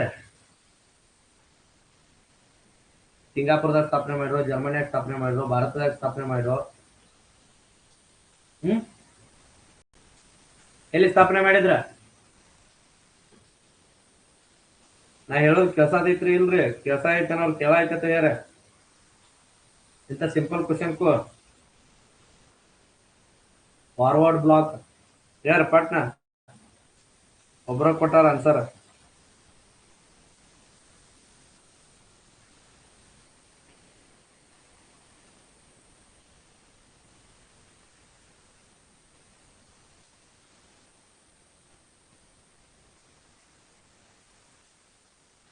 ಆಲ್ ಇಂಡಿಯಾ ಫಾರ್ವರ್ಡ್ ಬ್ಲಾಕ್ ಪಕ್ಷವನ್ನ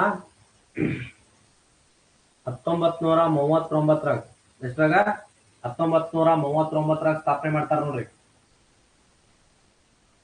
1939 ಸ್ಥಾಪನೆ ಮಾಡ್ತಾರ ಸುಭಾಷ್ ಚಂದ್ರ ಬೋಸ್ ಅವರು. ಮಾರ್ಚ್ 13, 1939 ಉತ್ತರ ಪ್ರದೇಶದ ಮಾಕೂರ್ ಎಂಬಲ್ಲಿ ಸ್ಥಾಪನೆ ಮಾಡ್ತಾರ ಆಲ್ ಇಂಡಿಯಾ ಫಾರ್ವರ್ಡ್ ಬ್ಲಾಕ್ ಪಕ್ಷವನ್ನ. ನೆನಪಿಟ್ಕೊಳ್ಳಿ, 1939 ಅಂತ ಕೇಳಿದ್ದಕ್ಕೂ ಸ್ಪಷ್ಟನೆ ಕೊಡುವಾರಿ. Next, when did Maharaja Hari Singh of Jammu and Kashmir sign the instrument of accession ನೋಡ್ ಯಾವಾಗ ಯಾವ ವರ್ಷದಾಗ ಅಥವಾ ಯಾವ ತಾರೀಕು ಕೇಳ್ಯಾರ ನೋಡ್ರಿ. ಯಾವ ತಾರೀಕಿನಂದು ಮಹಾವೀರ ಮಹಾರಾಜ ಹರಿಸಿಂಗ ಜಮ್ಮು ಮತ್ತು ಕಾಶ್ಮೀರವನ್ನ ಏನ್ ಮಾಡ್ತಾನಂದ್ರ ಭಾರತಕ್ಕ ಒಪ್ಪಿಸಾಕ ಸಹಿ ಹಾಕ್ತಾನ ಅಂತ ಹೇಳಿ ಕ್ವಶನ್ ಕೇಳ್ಯಾರ. ಜಮ್ಮು ಕಾಶ್ಮೀರ 26 ಅಕ್ಟೋಬರ್ 1947 ನೋಡ್ರಿ. 26 ಅಕ್ಟೋಬರ್ 1947 ಏನ್ ಮಾಡ್ತಾನಂದ್ರ ಅವನು ಅಸೆಷನ್ ಅನ್ನ ಹೊಡಿಸ್ತಾನ ಅಂದ್ರ ಒಪ್ಕೊಳ್ತಾನ. Next, by which scheme was the constituent assembly formed ಕೇಳ್ಯಾರ ನೋಡ್ರಿ. ಈ ಕೆಳಗಿನ ಯಾವ ಇದರ ಆಧಾರದ ಮೇಲೆ ಕಾನ್ಸ್ಟಿಟ್ಯೂಷನ್ ಅಸೆಂಬ್ಲಿ ಸಂವಿಧಾನ ರಚನಾ ಸಮಿತಿಯನ್ನ ಸ್ಥಾಪನೆ ಮಾಡ್ತಾರ ಅನ್ನುವಂಥದ್ದನ್ನ ಕೇಳಿದಾರ. ಕ್ಯಾಬಿನೆಟ್ ಮಿಷನ್ ಪ್ಲಾನ್ ಯಾವ್ದ್ರ ಮೇಲೆ? Cabinet mission plan 1946. Cabinet mission plan ಆಧಾರದ ಮೇಲೆ ಏನ್ ಮಾಡ್ತಾರಂದ್ರ ಸಂವಿಧಾನ ರಚನಾ ಸಭೆಯನ್ನ ಸ್ಥಾಪನೆ ಮಾಡೋದನ್ನ ನಾವಿಲ್ಲಿ ಕಾಣ್ತೀವಿ. Next, who is not related to the state reorganisation commission ಈ ಕೆಳಗಿನವುಗಳಲ್ಲಿ ಯಾರನ್ನ ರಾಜ್ಯಗಳನ್ನ ಏನ್ ಮಾಡಿದ್ರು ಸ್ಥಾಪನೆ ಮಾಡೋದಿಕ್ಕೆ ಯಾವುದರ ಆಧಾರದ ಮೇಲೆ? ಭಾಷಾವಾರು ಆಧಾರದ ಮೇಲೆ ರಾಜ್ಯಗಳನ್ನ ಪುನರ್ ವಿಂಗಡಣೆ ಮಾಡೋದಿಕ್ಕೆ ಮಾಡಿದಂತಹ ಸಮಿತಿಯಲ್ಲಿ ಈ ಕೆಳಗಿನವರಲ್ಲಿ ಯಾರನ್ನ ಸೇರಿಸಿರ್ಲಿಲ್ಲ ಅಥವಾ ಯಾರು ಈ ಕೆಳಗಿನವರು ಸಂಬಂಧಿಸಿಲ್ಲ ಕೇಳ್ಯಾರ. ಯಾರ್ಯಾರಿದ್ರು ಅಧ್ಯಕ್ಷರು? ಯಾರಿದ್ರು? ಫಜಲ್ ಅಲಿ ಆಯೋಗವನ್ನ ನೇಮಕ ಮಾಡಿದ್ರು. ಹೃದಯನಾಥ್ ಕುಂಜರು, KM ಪನ್ನಿಕರ್ ಸದಸ್ಯರಿದ್ರು. ಹಾಗಾದ್ರೆ ಉದಾಹರಣೆ ಶ್ರೀ ಕೃಷ್ಣ ನುಲು ಇವರಿಲ್ಲ, ಇವರು ಸಂಬಂಧಿಸಿಲ್ಲ. ಇದಕ್ಕೆ ಉತ್ತರ ಯಾವುದು? ಎ. ಸ್ಟೇಟ್ ರೆಕಾಗ್ನಿಷನ್ ಕಮಿಷನ್ ನಲ್ಲಿ ಯಾರು ಯಾರು ಸಂಬಂಧ ಹೊಂದಿಲ್ಲ? ಶ್ರೀ ಕೃಷ್ಣನ ನುಲು ಅನ್ನುವಂಥವ್ರು ಸಂಬಂಧಿಸಿಲ್ಲ. Next, which prime minister of China came to India in 1954 AD and supported the Panchsheel principle ಹೇಳಿದಾರ ನೋಡ್ರಿ. ಯಾರು ಪಂಚಶೀಲ ಒಪ್ಪಂದಕ್ಕೆ 1954ರಲ್ಲಿ ಹೆಸರಲ್ಲಿ 1954 ಪಂಚಶೀಲ ಒಪ್ಪಂದಕ್ಕೆ ಪ್ರೈಮ್ ಮಿನಿಸ್ಟರ್ ಯಾರಿದ್ರು ಅವಾಗ? ಭಾರತದ ಪಂಚಶೀಲ ಒಪ್ಪಂದಕ್ಕೆ ಯಾರಿದ್ರು? ಜೂನ್ ಲಿಲಾಯ್ ಅನ್ನುವಂಥವ್ರು ಇದ್ರು. ಯಾರಿದ್ರು? ಟೌ ಅಂಡ್ ಲಾಯ್ ಅಂತ ಕರಿತೀವಿ. ಇಲ್ಲಿದಾರ ನೋಡ್ರಿ, ಟೌ ಅಂಡ್ ಲಾಯ್ ಇದ್ರು. ಭಾರತದವ್ರು ಯಾರಿದ್ರು? ಜವಾಹರ್ಲಾಲ್ ನೆಹರು ಇದ್ರು. ಟೌ ಅಂಡ್ ಲಾಯ್ ಮತ್ತು ಜವಾಹರ್ಲಾಲ್ ನೆಹರು ಏನ್ ಮಾಡ್ತಾರಂದ್ರ 1954ರಲ್ಲಿ ಪಂಚಶೀಲ ಒಪ್ಪಂದಕ್ಕೆ ಏನ್ ಮಾಡ್ತಾರಂದ್ರ ಸಹಿ ಹಾಕ್ತಾರ. ಈ ಕ್ವಶನ್ ಯಾವ ತರ ಬಂದೈತಿ? ಇಂಡಿಯಾ ಆಫ್ಟರ್ ಗಾಂಧಿ ಅಥವಾ ಇಂಡಿಯಾ ಆಫ್ಟರ್ ಇಂಡಿಪೆಂಡೆನ್ಸ್ ಟಾಪಿಕ್ ಮ್ಯಾಗ ಕ್ವಶನ್ ಬಂದೈತಿ. Next question, who propounded the concept of historical materialism in historiography? Materialism concept ಬರ್ತಂದ್ರೆ ಗೊತ್ತಿರ್ತೈತಿ ನಿಮ್ಗೆ. ಕಾರ್ಲ್ ಮಾರ್ಕ್ಸ್ ಇರ್ತಾನ, ಇಲ್ಲಿ ಬೇರೆ ಯಾರಲ್ಲ. ಹಿಸ್ಟೋಗ್ರಫಿಯಾಗ ಮಟೀರಿಯಲಿಸಮ್ ಕಾನ್ಸೆಪ್ಟ್ ಅನ್ನ ಪರಿಚಯಿಸಿದರಲ್ಲಿ ಕಾರ್ಲ್ ಮಾರ್ಕ್ಸ್. ಹಾಗಾಗಿ ಹಿಸ್ಟೋಗ್ರಫಿಲಿ ಹಿಸ್ಟೋರಿಕಲ್ ಮಟೀರಿಯಲಿಸಮ್ ಕಾನ್ಸೆಪ್ಟ್ ನೀಡಿದಂತ ಕಾರ್ಲ್ ಮಾರ್ಕ್ಸ್. ಇದರ ಉತ್ತರ ಕಾರ್ಲ್ ಮಾರ್ಕ್ಸ್. ಹಿಸ್ಟೋಗ್ರಫಿ ಕ್ವಶನ್ ಐತಿ ನೋಡ್ರಿ. Next, who among the following historian is consider a pioneer of Indian national historiography? ಈ ಕೆಳಗಿನವುಗಳಲ್ಲಿ ಯಾರು ಭಾರತದ ರಾಷ್ಟ್ರೀಯವಾದಿ ಅಂದ್ರ ನ್ಯಾಷನಲಿಸ್ಟ್ ಹಿಸ್ಟೋಗ್ರಫಿ ರಾಷ್ಟ್ರೀಯವಾದಿ ಇತಿಹಾಸ ರಚನೆಗೆ ಸಂಬಂಧಿಸಿದಾರ? ಪಯೋನಿಯರ್ ಅಂತ ಕೇಳಿದಾರ ನೋಡ್ರಿ. ಪಯೋನಿಯರ್ ಅಂದ್ರೆ ಮೂಲ ಪುರುಷ ಅಂತ ಅರ್ಥ. ರಾಷ್ಟ್ರೀಯವಾದ ಇತಿಹಾಸದ ಬರವಣಿಗೆಗೆ ಸಂಬಂಧಿಸಿದ ಮೂಲ ಪುರುಷ ಯಾರು ಕೇಳಿದಾರ? R.C. ಮಜುಮ್ದಾರ್. ಮೂಲ ಪುರುಷ ಯಾರು? R.C. Majumdar. Who among the historian ಅಂತ ಕೇಳಿದಾರ. Consider the pioneer of Indian nationalist historiography. ಮೂಲ ಪುರುಷ ಯಾರಾಗಿದ್ದಾರೋ? R.C. ಮಜುಮ್ದಾರ್ ಆಗಿದ್ದಾರೆ. ನೆಕ್ಸ್ಟ್ ಕೇಳಿದಾರ, who advocate for reinterpretation of Indian history to highlight the contribution of Dalits and lower caste? ನೋಡ್ರಿ, ಹಿಸ್ಟೋಗ್ರಫಿಯಾಗ ಅಂದ್ರೆ ಇಂಡಿಯನ್ ಹಿಸ್ಟ್ರಿಯಾಗ ದಲಿತರು ಮತ್ತು ಕೆಳವರ್ಗದ ಕುರಿತು ಬೆಳಕು ಚೆಲ್ಲತಕ್ಕಂತಹ ವಿಷಯ ಯಾವ್ದಾಗಿತ್ತು? ಅದು ಸಬಾಲ್ಟರನ್ ಇತ್ತು. ಯಾವ್ದಿತ್ತು? ಸಬಾಲ್ಟರ್ನ್ ಇತ್ತು. ಹಾಗಾಗಿ ಈ ಸಬಾಲ್ಟರ್ನ್ ಬಗ್ಗೆ ಕೇಳಿದಾರೆ ಕ್ವಶನ್. ಇಲ್ಲಿ ಸಬಾಲ್ಟರ್ನ್ ಇವ್ರು ಯಾರು? ಸಬಾಲ್ಟರ್ನ್ ಸಂಬಂಧಿಸಿದ್ರು. ಈ ಸಬಾಲ್ಟರ್ನ್ ಸಂಬಂಧಿಸಿದವರು ಜ್ಞಾನೇಂದ್ರ ಪಾಂಡೆ. ಹಾಗಾಗಿ ಯಾರನ್ನ ಆಯ್ಕೆ ಮಾಡ್ಕೋಬೇಕು? ಜ್ಞಾನೇಂದ್ರ ಪಾಂಡೆ ಅವರನ್ನ ಆಯ್ಕೆ ಮಾಡ್ಕೋಬೇಕು ಇಲ್ಲಿ. ನೆಕ್ಸ್ಟ್ ನೋಡ್ರಿ, which text is considered one of the earliest example of historical writing in ancient India? ಈ ಕೆಳಗಿನ ಯಾವ ಗ್ರಂಥವನ್ನ ನಾವು ಇತಿಹಾಸ, ಅಚ್ಚುಕಟ್ಟಾಗಿ ಇತಿಹಾಸ ರಚನೆಗೆ ಲಭ್ಯವಾದ ಅಥವಾ ಅರ್ಹವಾದಂತ ಗ್ರಂಥ ಅಂತ ಹೇಳಿ ನಾವು ಐತಿಹಾಸಿಕ ದೃಷ್ಟಿಕೋನದಿಂದ ಈ ಕೆಳಗಿನ ಯಾವ ಪ್ರಾಚೀನ ಭಾರತದ ಇತಿಹಾಸದ ಗ್ರಂಥವನ್ನ ನಾವು ಪ್ರಥಮ ಐತಿಹಾಸಿಕ ಗ್ರಂಥವಾಗಿ ಗುರುತಿಸ್ತೇವೆ? ಇದ್ರ ಬಗ್ಗೆ ಸ್ಪೆಷಲ್ ಕ್ಲಾಸ್ ಮಾಡೇನು? ರಾಜ ತರಂಗಿಣಿ. ರಾಜ ತರಂಗಿಣಿಯನ್ನ ನಾವು ಭಾರತದ ಮೊದಲ ಐತಿಹಾಸಿಕ ಗ್ರಂಥ ಅಂತ ಹೇಳಿ ಗುರುತಿಸ್ತೇವೆ. ರಾಜ ತರಂಗಿಣಿ ಮೊನ್ನೆ ಮಾಡ್ಯಾನ ಕ್ವಶನ್ ಬಂದಿತ್ತು. Next, who is the father of positivism? Who is the father of positivism ಅನ್ನುವಂತ ಒಂದು ಕಾನ್ಸೆಪ್ಟ್ ಬರ್ತೈತಿ ಎಲ್ಲಿ? ಹಿಸ್ಟೋಗ್ರಾಫರ್. ಈ ಫಾದರ್ ಆಫ್ ಪಾಸಿಟಿವಿಸಮ್ ಅಂತ ಹೇಳಿ ಯಾರನ್ನ ಕರಿತೀವಿ ಅಂದ್ರೆ ನಾವು ಆಗಸ್ಟ್ ಕಾಂಟೆಯನ್ನ ಕರಿತೀವಿ. ಆಗಸ್ಟ್ ಕಾಂಟೆಯನ್ನ ಫಾದರ್ ಆಫ್ ಪಾಸಿಟಿವಿಸಮ್ ಅನ್ನ ಅಥವಾ ಪಾಸಿಟಿವಿಸಮ್ ದ ಫಾದರ್ ಅಂತ ಹೇಳಿ ನಾವು ಆಗಸ್ಟ್ ಕಾಂಟೆಯನ್ನ ಕರಿತೀವಿ. ನೆಕ್ಸ್ಟ್ ನೋಡಿ, the histories by Herodotus mainly covers which of the following conflicts? ನೋಡ್ರಿ, ನೀನ್ ಮೊನ್ನೆ ಕ್ಲಾಸ್ ಮಾಡಿನ ಈ ಹಿಸ್ಟರೀಸ್ ಅನ್ನುವಂತ ಬರೆದಂತಹ ಏಕೈಕ ಕೃತಿ ಯಾರು ಬರ್ದಾರ? ಹೆರೋಡಟಸ್ ಬರ್ದಾನೆ. ಯಾವ ಆತ ಬರೆದಂತ ಏಕೈಕ ಕೃತಿ? ದ ಹಿಸ್ಟರೀಸ್ ಅನ್ನುವಂತ ಏಕೈಕ ಕೃತಿಯನ್ನ ಬರ್ದಾನ. ಅದು ಯಾವ್ದಕ್ಕೆ ಸಂಬಂಧಿಸಿದೆ? ಗ್ರೀಕೋ ಪರ್ಷಿಯನ್ ವಾರ್ಗೆ ಸಂಬಂಧಿಸಿದೆ ಅಂತ ಹೇಳಿದ ನೋಡ್ರಿ. ಗ್ರೀಕೋ ಇರಾನಿಯನ್ ವಾರ್ ಅಥವಾ ಗ್ರೀಕೋ ಪರ್ಷಿಯನ್ ವಾರ್ಗೆ ಸಂಬಂಧಿಸಿದೆ. ಒಂದು ಕ್ವಶನ್ ಭತ್ತ. ಜೈ ಹಿಂದ್, ಜೈ ಭಾರತ್. ಒಂದನೇ ಕ್ಲಾಸ್ಗೆ ಒಂದು ಕ್ವಶನ್ ಬಂದು ಬಿಟ್ಟು ನೋಡ್ರಿ. Next, who is known for his or contribution to the interpretation of the Indian history through gender perspective? ಈ ಕೆಳಗಿನವರಲ್ಲಿ ಯಾರು ಲಿಂಗಾಧಾರಿತವಾಗಿ ಇಂಡಿಯನ್ ಹಿಸ್ಟ್ರಿಗೆ ತಮ್ಮ ಕಾಂಟ್ರಿಬ್ಯೂಷನ್ ಅನ್ನ ನೀಡಿದಾರ ನೋಡ್ರಿ. ಲಿಂಗಾಧಾರಿತ ಅಂದ್ರ ಮಹಿಳೆಯರು ಮತ್ತು ಪುರುಷರ ಪ್ರತ್ಯೇಕವಾಗಿ ಅದನ್ನ ಏನ್ ಮಾಡಿದಾರ ಅಂದ್ರ ಹೊಸ ಕಾನ್ಸೆಪ್ಟ್ ನೀಡ್ತಾರ. ಯಾರಾದ್ರೂ ಉಮಾ ಚಕ್ರವರ್ತಿ ನೀಡಿದಾರ ನೋಡ್ರಿ. ಲಿಂಗ ವಿಭಜನೆ ಆಧಾರಿತ ಐತಿಹಾಸಿಕ ಬರವಣಿಗೆಗೆ ಬೆಳಕು ಚೆಲ್ಲಿದಂತ ಅಥವಾ ಅದಕ್ಕೆ ಒತ್ತು ನೀಡಿದಂತಹ ಇತಿಹಾಸಕಾರಿಣಿ ಉಮಾ ಚಕ್ರವರ್ತಿ ಅವರು ಜೆಂಡರ್ ಪರ್ಸ್ಪೆಕ್ಟಿವ್ ಮೇಲೆ, ಲಿಂಗಾಧಾರಿತವಾದಂತಹ ಒಂದು ವಿಚಾರಧಾರೆ ಮೇಲೆ ಇತಿಹಾಸವನ್ನ ರಚನೆ ಮಾಡೋದಕ್ಕೆ ಒತ್ತು ಕೊಟ್ಟವರು ಉಮಾ ಚಕ್ರವರ್ತಿ. ಉಮಾ ಚಕ್ರವರ್ತಿ ಅವರು ಒತ್ತು ಕಟ್ಟಿದ್ದನ್ನ ನಾವಿಲ್ಲಿ ಕಾಣ್ತೀವಿ. ನೆಕ್ಸ್ಟ್ ಕ್ವಶನ್ ನೋಡ್ರಿ, the historical context of a source refers to? ನೋಡ್ರಿ, ಹಿಸ್ಟೋರಿಕಲ್ ಕಾಂಟೆಕ್ಸ್ಟ್ ಅನ್ನುವಂತ ಒಂದು ಸೋರ್ಸ್ ಅಂದ್ರೆ ಒಂದು ಆಧಾರ ಈ ಕೆಳಗಿನವುಗಳಲ್ಲಿ ಕೊಟ್ಟಂತ ಯಾವ ಹೇಳಿಕೆಗೆ ಸಮಾನತೆಯನ್ನ ತೋರಿಸ್ತದ ಅಥವಾ ಯಾವುದನ್ನ ಅದು ಒತ್ತಿ ಹೇಳ್ತದೆ ಅಂತ ಹೇಳಿ ಕೇಳಿದಾರೆ. ಹಿಸ್ಟೋರಿಕಲ್ ಕಾಂಟೆಕ್ಸ್ಟ್ ಯಾವ್ದ್ರಿ? Historical context. ಹಿಸ್ಟೋರಿಕಲ್ ಕಾಂಟೆಕ್ಸ್ಟ್ ಯಾವ್ದನ್ನ ಹೇಳ್ತೈತಿ ಅಂದ್ರೆ the background and circumstances in which the source was created. ಅಂದ್ರೆ ಯಾವುದೇ ಒಂದು ಸೋರ್ಸ್ ಅನ್ನೋ ಒಂದು ಮೂಲಾಧಾರ ರಚನೆ ಆಗ್ಬೇಕಾದ್ರ ಅದರಲ್ಲಿ ಇರ್ತಕ್ಕಂಥ ಬ್ಯಾಕ್ ಗ್ರೌಂಡ್ ಮತ್ತು ಹಿನ್ನೆಲೆ ಮತ್ತು ಸರ್ಕಮ್ಸ್ಟೆನ್ಸಸ್ ಏನಾಗಿರ್ತಾವ ಅಂದ್ರ ಮುಖ್ಯವಾಗಿರ್ತಾವ. ಆ ಕಾನ್ಸೆಪ್ಟ್ ಅನ್ನ ನಾವ್ ಏನಂತ ಕರಿತೀವಿ ಅಂದ್ರ ಹಿಸ್ಟೋರಿಕಲ್ ಕಾಂಟೆಕ್ಸ್ಟ್ ಅಂತ ಹೇಳಿ ಕರಿತೇವೆ. ಏನಂತ ಕರಿತೀವ್ರಿ? ಹಿಸ್ಟೋರಿಕಲ್ ಕಾಂಟೆಕ್ಸ್ಟ್ ಅಂತ ಹೇಳಿ ಕರಿತೀವಿ. ಇದು ಕೂಡ ಹಿಸ್ಟೋಗ್ರಫಿ ಕ್ವಶನ್. ಇದ್ರ ಬಗ್ಗೆ ನಾನು ಹೇಳ್ತೇನೆ ವಿವರಣೆ ಕೊಡುವಾಗ. ನೆಕ್ಸ್ಟ್, ಓರಲ್ ಹಿಸ್ಟ್ರಿ ಮೌಖಿಕ ಇತಿಹಾಸ focused on which of the following aspect?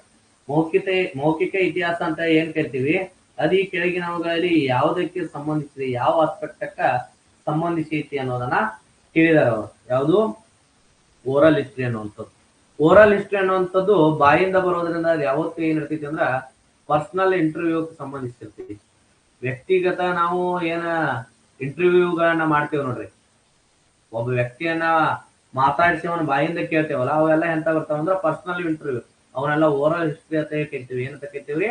Oral, ಮೌಖಿಕ ಐತಿಹಾಸಿಕ ಆಧಾರಗಳಾಗಿರ್ತಾವ. ಹಾಗಾಗಿ ಪರ್ಸನಲ್ ಇಂಟರ್ವ್ಯೂಗಳೆಲ್ಲ ಓರಲ್ ಹಿಸ್ಟ್ರಿಯಾಗ ಸಂಬಂಧಪಟ್ಟದ್ದನ್ನ ನಾವಿಲ್ಲಿ ಕಾಣ್ತೀವಿ. Next, oral histories are particularly valuable for studying which type of histories? ಈ ಓರಲ್ ಹಿಸ್ಟ್ರಿ ಇಂಟರ್ವ್ಯೂಗಳು ಇದಾವಲ್ಲ, ಇಂಟರ್ವ್ಯೂಗಳು ಯಾವ್ದಕ್ಕ ಅತಿ ಹೆಚ್ಚು ಬಳಕೆಗೆ ಪಡ್ತಾವ, ಯಾವ್ದಕ್ಕ ಅಧ್ಯಯನಕ್ಕ ಅವು ಯೂಸ್ ಆಗ್ತಾವ ಕೇಳ್ಯಾರ. ಅವು ಯಾವತ್ತು ಯೂಸ್ ಆಗ, ಯಾವತ್ತು ಯೂಸ್ ಆಗ್ತಾವ ಅಂದ್ರೆ ಕಲ್ಚರಲ್ ಅಂಡ್ ಸೋಷಿಯಲ್ ಹಿಸ್ಟ್ರಿ, ಸಾಂಸ್ಕೃತಿಕ ಮತ್ತು ಸಾಮಾಜಿಕ ಇತಿಹಾಸವನ್ನ ಅಧ್ಯಯನ ಮಾಡೋದಕ್ಕೆ ಏನಾಗ್ತಾವ ಅಂದ್ರ ಈ ಮೌಖಿಕ ಇತಿಹಾಸ ಅಥವಾ ಮೌಖಿಕ ಸಂಬಂಧಿಸಿದಂತ ಏನಿರ್ತಾವಲ್ಲ ಇಂಟರ್ವ್ಯೂಗಳ, ಪರ್ಸನಲ್ ಇಂಟರ್ವ್ಯೂಗಳ ಅವು ಸಂಬಂಧಿಸೋದು ಕಲ್ಚರಲ್ ಮತ್ತು ಸೋಷಿಯಲ್ ಅಂದ್ರ ಸಾಂಸ್ಕೃತಿಕ ಮತ್ತು ಸಾಮಾಜಿಕ ಇತಿಹಾಸಕ್ಕೆ ಮಾತ್ರ ಅವು ಏನಾಗಿರ್ತಾವ ಅಂದ್ರ ಸಂಬಂಧಿಸಿರ್ತಾವ. ಅವಕ್ ಮಾತ್ರ ಹೆಚ್ಚು ವ್ಯಾಲ್ಯೂಯಬಲ್ ಆಗಿರ್ತಾವ. ಮಿಲಿಟರಿ ಸೋರ್ಸ್ ಅಂತೂ ಆಗೋದಿಲ್ಲ, ಬಾಯಿ ಮಾತ್ರದಿಂದ ಯಾರು ಮಿಲಿಟರಿ ಮಾಡೋದಿಲ್ಲ, ಮಿಲಿಟರಿ ಡಾಟಾವನ್ನ ಸೋರ್ಸ್ ಅನ್ನ ಹಂಚ್ಕೊಳ್ಳೋದಿಲ್ಲ. ಎಕನಾಮಿಕ್ ಹಿಸ್ಟ್ರಿ ಅಂತೂ ಅದು ಸಂಬಂಧಿಸಲ್ಲ, ಯಾಕಂದ್ರೆ ಅಲ್ಲಿ ಪ್ರತಿಯೊಂದು ಸಂಖ್ಯಾಶಾಸ್ತ್ರ ಆಧಾರದ ಮ್ಯಾಗ ಇರ್ತೈತೆ. ಇನ್ ಪೊಲಿಟಿಕಲ್ ಹಿಸ್ಟ್ರಿ ಅಂತೂ ಇದು ಪಕ್ಷ ಆಧಾರಿತ, ರಾಜಕೀಯ ಆಧಾರಿತ ಆಗಿರ್ತೈತಿ. ಇಲ್ಲಿಯೂ ಬಾಯಿ ಮಾತ್ಲಿಗೆ ಏನು ಬಗ್ಗೆ ಇರೋದಿಲ್ಲ. ಬಾಯಿ ಮಾತ್ಲಿ ನಡೆದಂತದ್ದು ಏನಾದ್ರು ಇದ್ರೆ ಅದು ಕಲ್ಚರಲ್ ಹಿಸ್ಟ್ರಿ ಮತ್ತು ಸೋಷಿಯಲ್ ಹಿಸ್ಟ್ರಿ ಮಾತ್ರ ಇರ್ತದೆ. ಇನ್ನು ನೆಕ್ಸ್ಟ್ ಕೇಳ್ಯಾರ ನೋಡ್ರಿ, who find the term neolithic in his book prehistoric times. ಯಾರ ನಿಯೋಲಿಥಿಕ್ ಅನ್ನೋ ಪದವನ್ನ ಬಳಕೆ ಮಾಡಿದಾರ, ಯಾರು ಕೊಟ್ಟಾರ ಕೇಳಿದಾರ? ಜಾನ್ ಲುಬಾಕ್ ಕೊಟ್ಟಾರ ನೋಡ್ರಿ. ಯಾರು ಕೊಟ್ಟಾರ? ಜಾನ್ ಲುಬಾಕ್ ಕೊಟ್ಟಾರ. ನಮ್ಮ ಪುಸ್ತಕದಾಗ ಐತಿ ನೋಡ್ರಿ ನಿಯೋಲಿಥಿಕ್. ಜಾನ್ ಲುಬಾಕ್ ಅನ್ನುವಂಥವ್ರು ಕೊಟ್ಟಾರ. ಯಾವ ಪದವನ್ನ? ನಿಯೋಲಿಥಿಕ್ ಪದವನ್ನ. ಪ್ರೀ ಹಿಸ್ಟೋರಿಕ್ ಅವಧಿಗೆ ನಿಯೋಲಿಥಿಕ್ ಪದವನ್ನ ಪರಿಚಯಿಸಿದವರು ಜಾನ್ ಲುಬಾಕ್. ತಮ್ಮ ಪ್ರೀ ಹಿಸ್ಟೋರಿಕ್ ಟೈಮ್ಸ್ ಪುಸ್ತಕದಲ್ಲಿ ಈ ಪದವನ್ನ ನೀಡ್ತಾರ. ಯಾರು ನೀಡ್ತಾರ? ಜಾನ್ ಲುಬಾಕ್ ಅವರು ನೀಡ್ತಾರ. ನೆಕ್ಸ್ಟ್, ಹೌ ಮೆನಿ ಬ್ರಾಂಚಸ್ ಇನ್ ಯಜುರ್ವೇದ? ಯಜುರ್ವೇದಾಗ ಎಷ್ಟು ಡಿವೈಡೇಷನ್ ಬ್ರಾಂಚ್ಗಳನ್ನ, ಶಾಖೆಗಳನ್ನ ಮಾಡ್ಯಾರ? 2 ಶಾಖೆ, ಶುಕ್ಲ ಯಜುರ್ವೇದ ಮತ್ತು ಕೃಷ್ಣ ಯಜುರ್ವೇದ ಅಂತ ಹೇಳಿ ಕರಿತೀವಿ. ಶುಕ್ಲ ಯಜುರ್ವೇದ, ಕೃಷ್ಣ ಯಜುರ್ವೇದ, ಬ್ಲ್ಯಾಕ್ ಯಜುರ್ವೇದ, ವೈಟ್ ಯಜುರ್ವೇದ ಅಂತ ಹೇಳಿ ಕರಿತೀವಿ. 2 ವಿಧಾನಗಳ ಇರೋದನ್ನ ನಾವು ಕಾಣ್ತೀವಿ. ನೆಕ್ಸ್ಟ್ ನೋಡ್ರಿ, ಇಲ್ಲಿ ಹೊಂದಿಸಿ ಬರೆಯಿರಿ ನೋಡ್ರಿ. ವೇದ ಬ್ರಾಹ್ಮಣ, ಈ ಕೆಳಗಿನ ವೇದ ಬ್ರಾಹ್ಮಣಗಳಲ್ಲಿ ಯಾವುದು ಕರೆಕ್ಟ್ ಮ್ಯಾಚ್ ಆಗಿಲ್ಲ ಕೇಳಿದಾರ ನೋಡಿ. Which was not correctly match? Rigveda Aitareya ಬ್ರಾಹ್ಮಣ, ಸಾಮವೇದ ತೈತರೇಯ ಬ್ರಾಹ್ಮಣ, ಯಜುರ್ವೇದ ಶತಪಥ ಬ್ರಾಹ್ಮಣ, ಅಥರ್ವಣ ವೇದ ಗೋಪಥ ಬ್ರಾಹ್ಮಣ. ಇಲ್ಲಿ ಸಂಬಂಧಿಸಿರೋದು ಸಾಮವೇದಕ್ಕೆ ತೈತರೇಯ ಬ್ರಾಹ್ಮಣ ಸಂಬಂಧಿಸಿಲ್ಲ. ಯಾಕಂದ್ರೆ ತೈತರೇಯ ಐತರೇಯ 2 ಋಗ್ವೇದಕ್ಕೆ ಸಂಬಂಧಿಸಿತ್ತು. ಹಾಗಾಗಿ ಇಲ್ಲಿ ಕೌಶಿಟಕ್ಕೆ ಅಂತ ಬರ್ತದ, ಸಾಮವೇದ ಕಾಲಕ್ಕ ಅವು ಸಂಬಂಧಿಸಿದ್ದು. ಹಾಗಾಗಿ ತೈತರೇಯ ಬ್ರಾಹ್ಮಣ, ಸಾಮವೇದ ಇವೆರಡು ಏನಾಗಿಲ್ಲ ಅಂದ್ರ ಸಂಬಂಧಿಸಿಲ್ಲ. ಏನಾಗಿಲ್ಲ? ಸಂಬಂಧಿಸಿಲ್ಲ. ಇನ್ನು ನೆಕ್ಸ್ಟ್ ಕೇಳ್ತಾರ, which Buddhist religious text refers to 16 Mahajanapada? 16 ಮಹಾಜನಪದಗಳ ಕುರಿತು ಈ ಕೆಳಗಿನ ಯಾವ ಬೌದ್ಧ ಸಾಹಿತ್ಯ ಮಾಹಿತಿ ನೀಡ್ತದೆ ಕೇಳ್ತಾರ? ಅಂಗುತ್ತರ ನಿಕಾಯ. ಯಾವ್ದು ಇರ್ತದ? ಅಂಗುತ್ತರ ನಿಕಾಯ ಕೇಳ್ತಾರ. ಜೈನ ಕೇಳಿದ್ರ ಅಂದ್ರೆ ಜೈನ ಭಗವತಿ ಸೂತ್ರ. ಯಾವ್ದು ಬೆಳಕು ನೀಡ್ತದ ಅಥವಾ ಯಾವ್ದು ಮಾಹಿತಿ ನೀಡ್ತದ?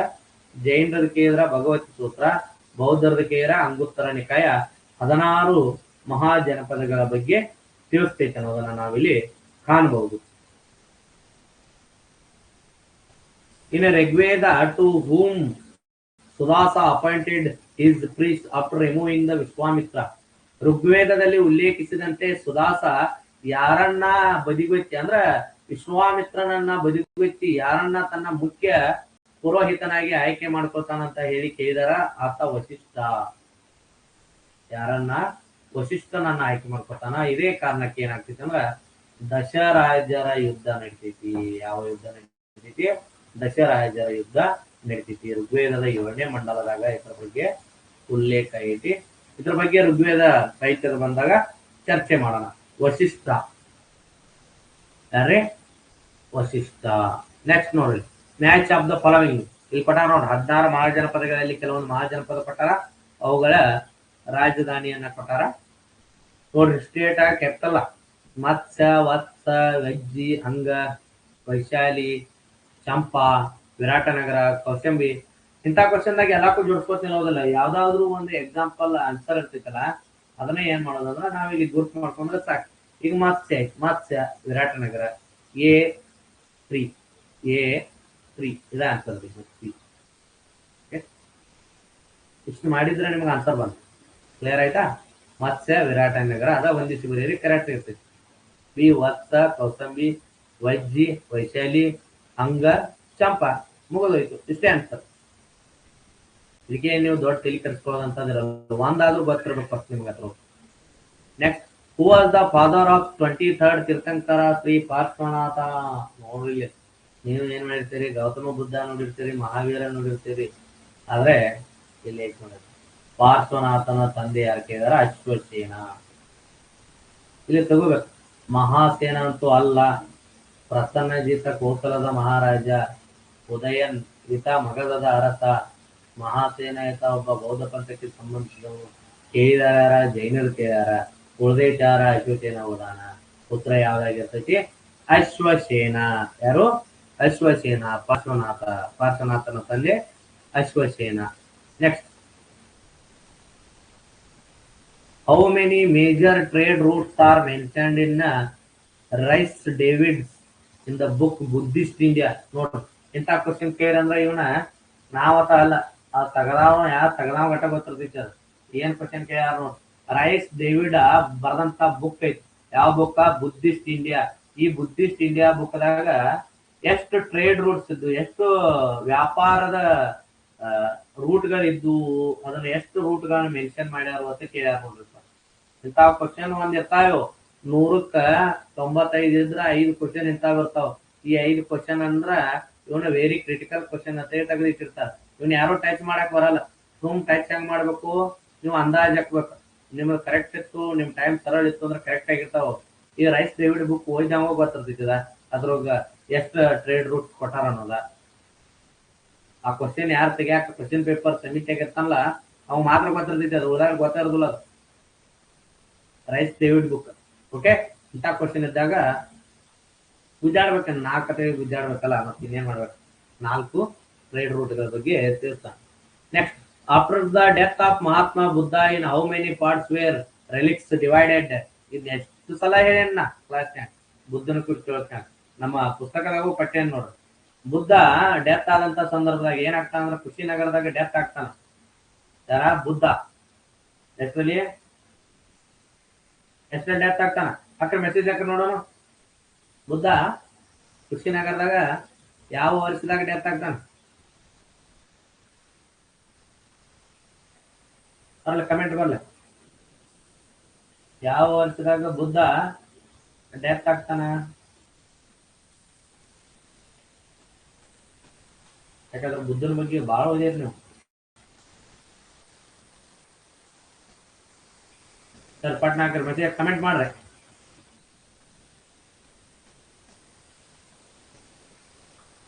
ಬೇಗ ಕಮೆಂಟ್ ಮಾಡ್ರಿ.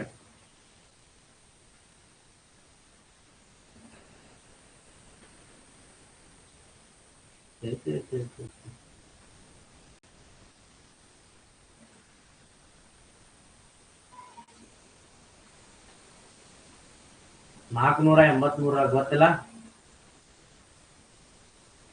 483 ಬುದ್ಧ ಡೆತ್ ಆಗ್ತಾನ. ಬುದ್ಧ ಡೆತ್ ಆದಂತ ಸಂದರ್ಭದಾಗ ಇದರ ಕುರಿತು ಒಂದು ಗ್ರಂಥ ತಿಳಿಸ್ತೈತಿ. 8 ಒಟ್ಟು ಎಷ್ಟು 8 ರಿಲಿಕ್ಸ್ ಅನ್ನ ಡಿವೈಡ್ ಮಾಡ್ತಾರ, 8 ವಿಭಾಗಗಳನ್ನಾಗಿ ಮಾಡ್ತಾರ. ಮಹಾಪರಿನಿಬ್ಬನ ಸೂತ್ರ ಅನ್ನುವಂತ ಒಂದು ಗ್ರಂಥ ಬರ್ತದ. ಮಹಾಪರಿನಿಬ್ಬನ ಸೂತ್ರ ಗ್ರಂಥ ತಿಳಿಸುವಂತೆ ಬುದ್ಧನ ಅಂತ್ಯಕ್ರಿಯೆಯ ನಂತರ ಸಮಕಾಲೀನ 8 ಅರಸರು ಬುದ್ಧನ ಅವಶೇಷಗಳ ಮೇಲೆ 8 ಮಹಾಸ್ತೂಪಗಳನ್ನ ನಿರ್ಮಿಸಿದ್ರು ಅಂತ ಹೇಳಿ ಅದು ತಿಳಿಸ್ತೈತಿ ಬುಕ್. ಮಗಧದ ಅಜಾತ ಶತ್ರು ರಾಜಗೃಹದಾಗ ತೋತಾನ ಅಂದ್ರೆ ಅದು ಏನ್ ಡೆತ್ ಆಗಿರ್ತೈತಿ, ಅದನ್ನ ಕ್ರಿಮೇಷನ್ ಮಾಡ್ತಾರ. ಕ್ರಿಮೇಷನ್ ಮಾಡೋದಂದ್ರೆ ಸುಡ್ತಾರ. ಸುಟ್ಟಂತ ಸಂದರ್ಭದಾಗ ಅವ್ನ ಏನ ಅವ್ನ ರಿಲಿಕ್ಸ್ ಪಾರ್ಟ್ಸ್ ಉಳಿತಾವಲ್ಲ, ಪಾರ್ಟ್ಸ್ ಗಳನ್ನ ಅಲ್ಲಿ ಇರ್ತಕ್ಕಂಥ 8 ಮನೆತನಗಳು ಏನ್ ಮಾಡ್ತಾವ ಅಂದ್ರೆ ಹಂಚಿಕೆ ಮಾಡ್ಕೊಳ್ತಾವ. ಯಾಕಂದ್ರೆ ಅದು ನಡೆದಿರೋದಲ್ಲಿ ಕುಸಿನಾರದಾಗ ಯಾರು ಇರ್ತಾರ, ಮಲ್ಲರ ಇರ್ತಾರ. ಮಲ್ಲರು ಏನ್ ಮಾಡ್ತಾರ ಅಂದ್ರೆ ಮೊದಲ ಪ್ರಾಶಸ್ತ್ಯದ ರಿಲಿಕ್ಸ್ ಅನ್ನ ತಗೋತಾರ. ಆಮೇಲೆ ಉಳಿದವರೆಲ್ಲ ತಗೊಂಡು ಏನ್ ಮಾಡ್ತಾರ ಅಂದ್ರೆ ಅವ್ರವ್ರ 8 ಜನ ಇರ್ತಾರೆ. ಮಗಧದ ಅಜಾತ ಶತ್ರು ರಾಜಗೃಹಕ್ಕೆ ಹೋದ, ಅದ್ರ ಮ್ಯಾಗ ಸ್ತೂಪ ನಿರ್ಮಾಣ ಮಾಡ್ತಾನ. ವೈಶಾಲಿಯಲ್ಲಿ ಇಚ್ಚೋಗಳು ವೈಶಾಲಿದಾಗ ಸ್ತೂಪ ನಿರ್ಮಾಣ ಮಾಡ್ತಾರ. ಕಪಿಲ ವಸ್ತುದಾಗ ನಿರ್ಮಾಣ ಮಾಡ್ತಾರ. ಅಲಕಪ್ಪದ ಬುಲ್ಲಿಗಳು ತೆರಾಯಿ ನೇಪಾಳ ಅಂತ ಕರಿತೀವಿ, ಅಲ್ಲಿ ಮಾಡ್ತಾರ. ರಾಮಗ್ರಾಮದ ಕೊಲ್ಲಿಯರ ಬರ್ತಾರ, ಅವ್ರ ರಾಮಗ್ರಾಮದಾಗ ಮಾಡ್ತಾರ. ಪಾವದ ಮಲ್ಲರು ಹೊತ್ತು ಬರ್ತಾರ, ಅವ್ರ ಪಾವಪುರಿಯಾಗ ಮಾಡ್ತಾರ. ಕುಶಿನಾರದ ಮಲ್ಲರು ಹೊತ್ತು ಬರ್ತಾರ, ಕುಶಿನಗರದಾಗ ಅಲ್ಲೇ ಮಾಡ್ತಾರ. ಇನ್ನು ಪಿಪ್ಪಲಿವನದ ಮೌರ್ಯರ ಹೊತ್ತು ಬರ್ತಾರ, ಪಿಪ್ಪಲಿವನದಾಗ ಮಾಡ್ತಾರ. ಇವರೆಲ್ಲರೂ ಏನ್ ಮಾಡ್ತಾರ ಅಂದ್ರ ಅವುಗಳನ್ನ ಏನ್ ಮಾಡ್ತಾರ ತಗೊಂಡ್ ಹೋಗಿ ನಿರ್ಮಾಣ ಮಾಡ್ತಾರ. ಇವುಗಳನ್ನ ಮೂಲ ಸ್ತೂಪಗಳು ಅಂತ ಕರಿತೀವಿ. 8 ಮೂಲ ಸ್ತೂಪಗಳು. ಮಹಾಪರಿನಿಬ್ಬನ ಸೂತ್ರ ತಿಳ್ತೈತಿ. ಇನ್ನು ಅವಧಾನ ಸೂತ್ರ ಅನ್ನುವಂತ ಇನ್ನೊಂದು ಗ್ರಂಥ ಏನ್ ತಿಳ್ತಿದ್ದಿಂದ, ಅವಧಾನ ಸೂತ್ರ ಅಶೋಕ ಮೌರ್ಯರ ಸಾಮ್ರಾಟನಾದಂತ ಅಶೋಕ ಆ 8 ಮೂಲ ಸ್ತೂಪಗಳನ್ನ ಒಡೆದು ಅದರಲ್ಲಿ ಇರ್ತಕ್ಕಂಥ ಬುದ್ಧನ ರಿಲಿಕ್ಸ್ ಅನ್ನ ತೆಗೆದುಕೊಂಡು ಏನ್ ಮಾಡ್ತಾನ ಅಂದ್ರ 84,000 ಸ್ತೂಪಗಳನ್ನ ನಿರ್ಮಾಣ ಮಾಡಿದ ಅಂತೇಳಿ ಅವಧಾನ ಸೂತ್ರ ತಿಳಿಸ್ತೈತಿ. ಯಾವ್ದು ತಿಳಿಸ್ತೈತಿ? ಅವಧಾನ ಸೂತ್ರವನ್ನ ತಿಳಿಸ್ತೈತಿ. ಕ್ಲಿಯರ್ ಆಯ್ತಾ? ಇದು 8. 8 ಆನ್ಸರ 8.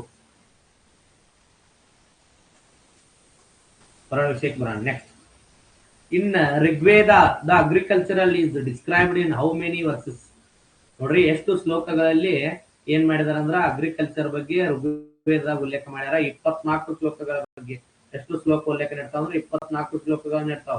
24 ಜೊತೆ ಎತ್ತುಗಳು ಅಂತ ಹೇಳಿ ಮೆನ್ಷನ್ ಮಾಡಿ 24 ಶ್ಲೋಕಗಳ ಬಗ್ಗೆ ಏನ್ ಮಾಡಿದಾರ ಅಂದ್ರೆ ತಿಳಿಸಿದಾರ. ನೋಡ್ರಿ ಇದ್ರ ಕುರಿತು ನಮ್ಮ ಹಳೆ ಪುಸ್ತಕದಾಗ ಏನೈತೆ ಅಂದ್ರೆ ಉಲ್ಲೇಖ ಐತಿ.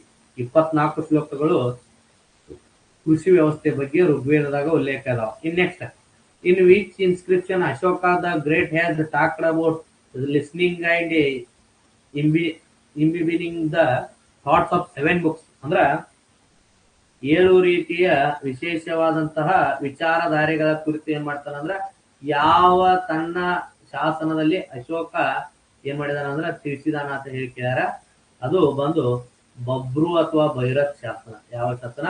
ಬಬ್ರು ಅಥವಾ ಭೈರತ್ ಶಾಸನದಾಗ ಏನಾಗೈತೆ ಅಂದ್ರೆ ಅದ್ರ ಬಗ್ಗೆ ಮಾಹಿತಿ ಕೊಟ್ಟಿರೋದನ್ನ ನಾವು ಕಾಣ್ಬೋದು. ಯಾವ್ದ್ರ ಬಗ್ಗೆ? ಆ 7 ವಿಶೇಷವಾದಂತಹ ಇದ್ರ ಬಗ್ಗೆ ಬಬ್ರು ಅಥವಾ ಭೈರತ್ ಶಾಸನ ಅಂತ ಹೇಳಿ ಕರಿತೀವಿ. ಯಾವ ಶಾಸನ? ಬಬ್ರು ಅಥವಾ ಭೈರತ್ ಶಾಸನದಲ್ಲಿ ಅದ್ರ ಬಗ್ಗೆ ಏನ್ ಮಾಡಿದಾರ ಅಂದ್ರ ಕೊಟ್ಟದ್ದನ್ನ ನಾವಿಲ್ಲಿ ಕಾಣ್ಬಹುದು. ನೆಕ್ಸ್ಟ್ ಬರ್ತಕ್ಕಂಥದ್ದು question, in the Mauryan period there were officers who served the public like ಧಾತ್ರಿ ಅಂತ ಕರೀತಾರಲ್ಲ, ಆ ಪಬ್ಲಿಕ್ ಸಂಬಂಧಿಸಿದಂತ ಈ ಕೆಳಗಿನ ಯಾವ ಆಫೀಸರ್ ಧಾತ್ರಿಗೆ ಸಂಬಂಧಿಸಿದ ಕೇಳಿದಾರ. ಆಫೀಸರ ಧಾತ್ರಿಗೆ ಸಂಬಂಧಿಸಿದಾನ. ಈ ಕೆಳಗಿನ ಯಾವ ಆಫೀಸರ ಧಾತ್ರಿಗೆ ಸಂಬಂಧಿಸಿದಾನ ಅಂತ ಹೇಳಿ ಕೇಳಿದಾರ. ಸಂಬಂಧಿಸಿದಂತ ಆಫೀಸರ್ ಯಾರಂದ್ರ ರುಜ್ಜುಕು ಸಂಬಂಧಿಸಿದಾನ. ಯಾರು ಸಂಬಂಧಿಸಿದಾನ? ರುಜ್ಜುಕು ಧಾತ್ರಿಗೆ ಸಂಬಂಧಿಸಿದಾನ. ರುಜ್ಜುಕು ಏನ್ ಮಾಡಿದಾರ ಅಂದ್ರ ಧಾತ್ರಿಗೆ ಸಂಬಂಧಿಸಿರೋದನ್ನ ನಾವಿಲ್ಲಿ ಕಾಣ್ತೀವಿ. ರುಜ್ಜುಕರು ಅಂತ ಹೇಳಿ ಹೇಳ್ತಾರ. ರುಜ್ಜುಕರು ಏನಾಗಿದಾರ ಅಂದ್ರ ಧಾತ್ರಿಗೆ ಸಂಬಂಧಿಸಿದಾರ. ಅಂದ್ರ ಧಾತ್ರಿ ಅಂದ್ರ ಅಹರ ವಿಷಯ ಅಂತ ಕರಿತೀವಿ. ಆ ವಿಷಯಕ್ಕ ಸಂಬಂಧಿಸಿದವನು ಯಾರಂದ್ರ Dhatri, Rajjuka. Next, who was the officer in charge all the revenue of the Mauryan empire? ಈ ಕೆಳಗಿನವುಗಳಲ್ಲಿ ಯಾರು ರೆವಿನ್ಯೂ ಅಂದ್ರ ಕಂದಾಯ ಇಲಾಖೆಗೆ ಸಂಬಂಧಿಸಿದ್ರು? ಕಂದಾಯ ವಿಷಯಕ್ಕೆ ಸಂಬಂಧಿಸಿದಂತೆ ಯಾರು ಮುಖ್ಯವಾಗಿ ಹೊಂದಿದ್ರು ಸ್ಥಾನವನ್ನ ಅಂತ ಹೇಳಿ ಕೇಳಿದಾರ. ಆ ರೆವಿನ್ಯೂಗೆ ಸಂಬಂಧಿಸಿದವನು ಯಾರಂದ್ರ ಸಮಹರ್ತ ಅಂತ ಹೇಳ್ತಿರ್ತೀವಿ. ಯಾರು ಕರಿತೀವ್ರಿ? ಸಮಹರ್ತ ಅನ್ನುವಂಥವನು ಏನಾಗಿದಾನ ಅಂದ್ರ ಅವನು ರೆವೆನ್ಯೂಗೆ ಸಂಬಂಧಿಸಿದಾನ. ರೆವೆನ್ಯೂಗೆ ಸಂಬಂಧಿಸಿದಾನ. ಸಮಹರ್ತ ಅನ್ನುವಂಥವನು ಕಂದಾಯ ವಿಷಯಕ್ಕೆ ಸಂಬಂಧಿಸಿದಾನ.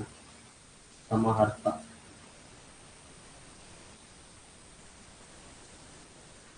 Next, which of the following ancient port was situated in the Malabar coast? Malabar ತೀರ ಅಂದ್ರೆ ಕೇರಳಕ್ಕೆ ಬರ್ತದ. ಮಲಬಾರ್ ತೀರದಲ್ಲಿ ಸಂಬಂಧಿಸಿದಂಥದ್ದು ಮುಜರಿಸ್. ಮುಜರಿಸ್ ಬಂದ್ಬಿಟ್ಟು ಚೇರರ ಕಾಲದ ಸಂಗಮೇಜದ ಚೇರರ ಅಂತ ಬರ್ತಾವ ನೋಡ್ರಿ. ಚೇರರ ಕಾಲದ ಒಂದು ಪ್ರಮುಖವಾದಂತ ಒಂದು ಪೋರ್ಟ್ ಸಿಟಿ, ಕರಾವಳಿ ತೀರದಲ್ಲಿರ್ತಕ್ಕಂಥ ಒಂದು ಪ್ರಮುಖ ಬಂದರು ನಗರಿಯಾಗಿ ಗುರುತಿಸಿಕೊಂಡೈತಿ. ಯಾವುದು? ಮುಜರಿಸ್ ಅನ್ನೋದನ್ನ ನಾವಿಲ್ಲಿ ಕಾಣ್ತೀವಿ. ಇನ್ ನೆಕ್ಸ್ಟ್ ಕ್ವೆಶ್ಚನ್ ಕೇಳಿದಾರ. How many poets and poetesses had contributed to the Sangam literature? ಕವಿ ಮತ್ತು ಕವಿಯತ್ರಿಯರು ಸಂಗಮ್ ಲಿಟರೇಚರ್ದಾಗ ಎಷ್ಟು ಜನ ತಮ್ಮ ಕೊಡುಗೆಗಳನ್ನ ನೀಡಿದಾರ ಅಂತ ಕೇಳಿದಾರ. ಒಟ್ಟಾರೆಯಾಗಿ 473 ಜನ. ಎಷ್ಟು ಜನ ನೀಡ್ಯಾರ? 473 ಜನ ಏನ್ ಮಾಡ್ಯಾರ ಅಂದ್ರ ಕವಿ ಮತ್ತು ಕವಿಯತ್ರಿಗಳು ಏನ್ ಮಾಡ್ಯಾರ ಅಂದ್ರ ನೀಡಿದಾರ. ತಮ್ಮ ಕಾಂಟ್ರಿಬ್ಯೂಷನ್ ಅನ್ನ ನೀಡಿರೋದನ್ನ ನಾವಿಲ್ಲಿ ಕಾಣ್ತೀವಿ. ಒಟ್ಟು 473 ಜನ ಕವಿ ಮತ್ತು ಕವಿಯತ್ರಿಗಳು ಏನ್ ಮಾಡಿದಾರ ಅಂದ್ರ ತಮ್ಮ ಕಾಂಟ್ರಿಬ್ಯೂಷನ್ ಅನ್ನ ನೀಡಿದಾರ ತಮಿಳು ಸಂಗಮ್ ಸಾಹಿತ್ಯಕ್ಕೆ. ಯಾವ ಸಾಹಿತ್ಯಕ್ಕೆ? ತಮಿಳು ಸಂಗಮ್ ಸಾಹಿತ್ಯಕ್ಕೆ ನೀಡಿರೋದನ್ನ ನಾವಿಲ್ಲಿ ಕಾಣ್ತೀವಿ. ಒಂದನೇದ್ರಲ್ಲಿ 89 ಜನ, 59 ಜನ, 49 ಜನ, ಹೀಗೆ ಒಂದು ಲಿಸ್ಟ್ ಐತಿ. ಅದನ್ನ ಸಂಗಮ್ ಸಾಹಿತ್ಯ ಹೇಳುವಾಗ ನಾನು ನಿಮ್ಗೆ ಕೊಡ್ತೇನೆ. ಅದ್ರ ಬಗ್ಗೆ ಚರ್ಚೆ ಮಾಡೋಣ. Next, which of the following is the oldest Mahayana ಸೂತ್ರ ಕೇಳಿದಾರೆ ನೋಡ್ರಿ. ಓಲ್ಡೆಸ್ಟ್ ಮಹಾಯಾನ ಸೂತ್ರ ಯಾವ್ದಿತ್ತು ಇವಾಗ? ಪ್ರಜ್ಞಾ ಪರಮಿತ ಐತಿ ನೋಡ್ರಿ, ಅದ ನೋಡಿ ಓಲ್ಡೆಸ್ಟ್ ಪ್ರಜ್ಞಾ ಪರಮಿತ ಅನ್ನೋದ್ರ ಬಗ್ಗೆ ನಿಮಗೆ ಮೊನ್ನೆ ನಾನೊಂದು ಚರ್ಚೆ ಮಾಡಿದ್ದೆ. 4 ಸ್ಕೂಲ್ಗಳಿದಾವ, ಮಾಧ್ಯಮಿಕ ಪಂಥದ 4 ಸ್ಕೂಲ್ಗಳಿದಾವ, ಮಹಾಯಾನ ಪಂಥದಾಗತ್ತೆ ಹೇಳಿ ಅಲ್ಲಿ ಬರ್ತದೆ ಪ್ರಜ್ಞಾ ಪರಮಿತ. ಡೀಟೇಲ್ಡ್ ಆಗಿ ಪುಸ್ತಕದ ಬಗ್ಗೆನೇ ಹೇಳ್ತಾನೆ. ಲಂಕಾವತಾರ ಸೂತ್ರ, ಸಿದ್ಧರ್ಮ ಪುಂಡರಿಕ ಸೂತ್ರ, ಕರದೇವಿ ಸೂತ್ರ ಏನಾವಲ್ಲ ಇದ್ರ ಬಗ್ಗೆ ಚರ್ಚೆ ಮಾಡೋಣ. ಇದರ ಆನ್ಸರ್ ಬಂದು ಪ್ರಜ್ಞಾ ಪರಮಿತ, ಅತ್ಯಂತ ಹಳೆಯ ಮಹಾಯಾನ ಸೂತ್ರ ಗ್ರಂಥ. Next, who was the officer named Mahapilupati in the Gupta period? Mahapilupati ಅಂದ್ರ ವರ್ಡ ಹೇಳ್ತೈತಿ ನೋಡಿ, ಪಿಲುಪತಿ. ಮಹಾಪಿಲುಪತಿ ಎಲಿಫೆಂಟ್ ಫೋರ್ಸ್ ಸಂಬಂಧಿಸಿದ ನೋಡ್ರಿ. ಗಜದಳದ ಹೆಡ್, ಕಮಾಂಡರ್ ಆಫ್ ಗಜದಳ ಯಾರಂದ್ರ ಮಹಾಪಿಲುಪತಿ. ಯಾರ ಪೀರಿಯಡ್ ರೀ? ಗುಪ್ತರ ಕಾಲದಾಗ. ಯಾರ ಕಾಲದಾಗ? ಗುಪ್ತರ ಕಾಲದಾಗ ಮಹಾಪಿಲುಪತಿ ಅನ್ನೋನು ಏನಾಗಿದ್ದಾನೆ ಅಂದ್ರ ಆತ ಗಜದಳದ ಮುಖ್ಯಸ್ಥನಾಗಿದ್ದ. ಯಾವುದರ ಮುಖ್ಯಸ್ಥನಾಗಿದ್ದ? ಗಜದಳದ ಮುಖ್ಯಸ್ಥನಾಗಿದ್ದ. ಮಹಿಪಾಲಪತಿ ಅಥವಾ ಮಹಿಪಿಲುಪತಿ ಅಂತ ಹೇಳಿ ಕರೀತಾರ. ಏನಂತ ಕರೀತಾರ? ಮಹಿಪಾಲಪತಿ ಅಥವಾ ಮಹಾಪಿಲುಪತಿ ಅಂತ ಹೇಳಿ ಕರೆದಿದ್ದನ್ನ ನಾವಲ್ಲಿ ಕಾಣಬಹುದು. Next, which of the following Gupta emperor allowed to Sri Lankan king Meghavarma to build a Buddhist vihara at Bodh Gaya? ನೋಡ್ರಿ, ಯಾವ ಗುಪ್ತ ಅರಸ ಶ್ರೀಲಂಕಾದ ಅರಸ ಮೇಘವರ್ಮನಿಗೆ ಬೋಧಗಯಾದಲ್ಲಿ ಬುದ್ಧ ವಿಹಾರಣ ಅಥವಾ ಬೌದ್ಧಿಸ್ಟ್ ವಿಹಾರವನ್ನ ನಿರ್ಮಿಸೋದಕ್ಕೆ ಪರ್ಮಿಷನ್ ಕೊಟ್ಟಿದ ಅನ್ನೋದನ್ನ ಕೇಳಿದಾರೆ. ಅವನು ಸಮುದ್ರಗುಪ್ತ. ಸಮುದ್ರಗುಪ್ತನ ಸಮಕಾಲೀನ ಮೇಘವರ್ಮ. ವಿಜಯ, ಹಿಸ್ಸಾರಕ್ಷಿತ, ಮೇಘವರ್ಮ, ವರ್ತಗಮನಿ ಇವರು ಪ್ರಮುಖವಾಗಿ ಸಿಲೋನಿನ ಪ್ರಮುಖ 4 ಅರಸರು. ಮುಂದೆ ಬರೋವನು 5ನೇ ಮಹೇಂದ್ರ, ಚೋಳರ ಕಾಲದ ದಾಳಿ ಅಂತ ಸಂದರ್ಭದಾಗ ಈ ಸಿಲೋನಿನ ಇತಿಹಾಸ ಅಂತ ಒಂದು ಚಾಪ್ಟರ್ ಬರ್ತೈತಿ, ಅವಾಗ ಅದ್ರ ಬಗ್ಗೆ ಚರ್ಚೆ ಮಾಡ್ತೇನೆ. ಇಲ್ಲಿ ಆನ್ಸರ್ ಬಂದು ಸಮುದ್ರಗುಪ್ತ. ಯಾರು? Samudragupta. Next, which of the following ancient king of Andhra Pradesh has been called Vakataka and ವಿಷ್ಣುಕುಂಡಿ ಇನ್ ಕಾಲ ಕುಲಭೂಷಣ? ನೋಡ್ರಿ, ಕುಲಭೂಷಣದಾಗ ವಿಷ್ಣುಕುಂಡಿದಾಗ ಯಾರನ್ನ ವಾಕಾಟಕ ಅಥವಾ ವಿಷ್ಣುಕುಂಡಿದಾಗ ಯಾರನ್ನ ಕುಲಭೂಷಣ ಅಂತ ಕರೆದಾರ? ಯಾರನ್ನ ಕರೆದಾರ? ಕುಲಭೂಷಣ ಅನ್ನುವಂತ ಯಾರನ್ನ ಕರೆದಾರ ಅನ್ನುವಂತ ಕ್ವಶನ್ ಬಂದದ. ಯಾರನ್ನ ಕರೆದಾರ ಕುಲಭೂಷಣ ಅಂತ ಹೇಳಿ?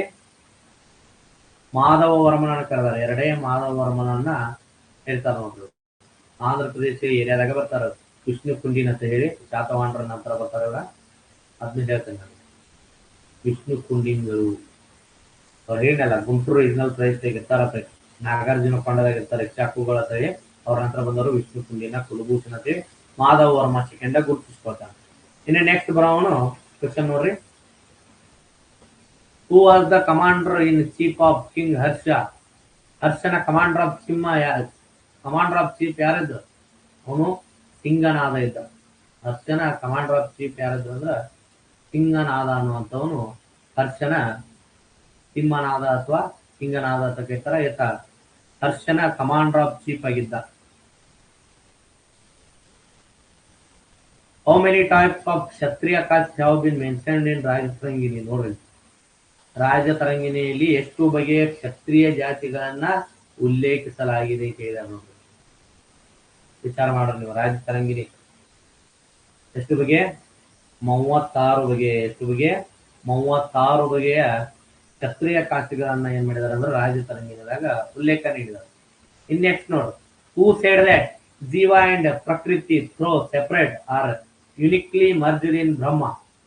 ಜೀವ ಮತ್ತು ಪ್ರಕೃತಿ ಎರಡು ಬೇರೆ, ಆದ್ರೆ ಅವೆರಡೂ ಕೂಡ ಬ್ರಹ್ಮನಲ್ಲಿ ಏನಾಗಿದಾವೆ ಅಂದ್ರೆ ಒಂದು ಗುಂಡಿದಾವತಿ. ಹೇಳಿಕೆ ಕೊಟ್ಟವ್ರು ಯಾರು ಕೇಳಿದಾರೆ? ಕೊಟ್ಟವರು ರಾಮಾನುಜಾಚಾರ್ಯರು.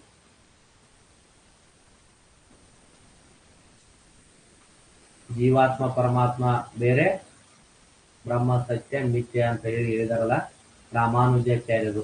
ಇವ್ರು ಏನ್ ಮಾಡಿದಾರ ಅಂದ್ರೆ ಇದ್ರ ಬಗ್ಗೆ ಈ ಸ್ಟೇಟ್ಮೆಂಟ್ ಯಾರಿಗೆ ಸಂಬಂಧಿಸಿತಿ?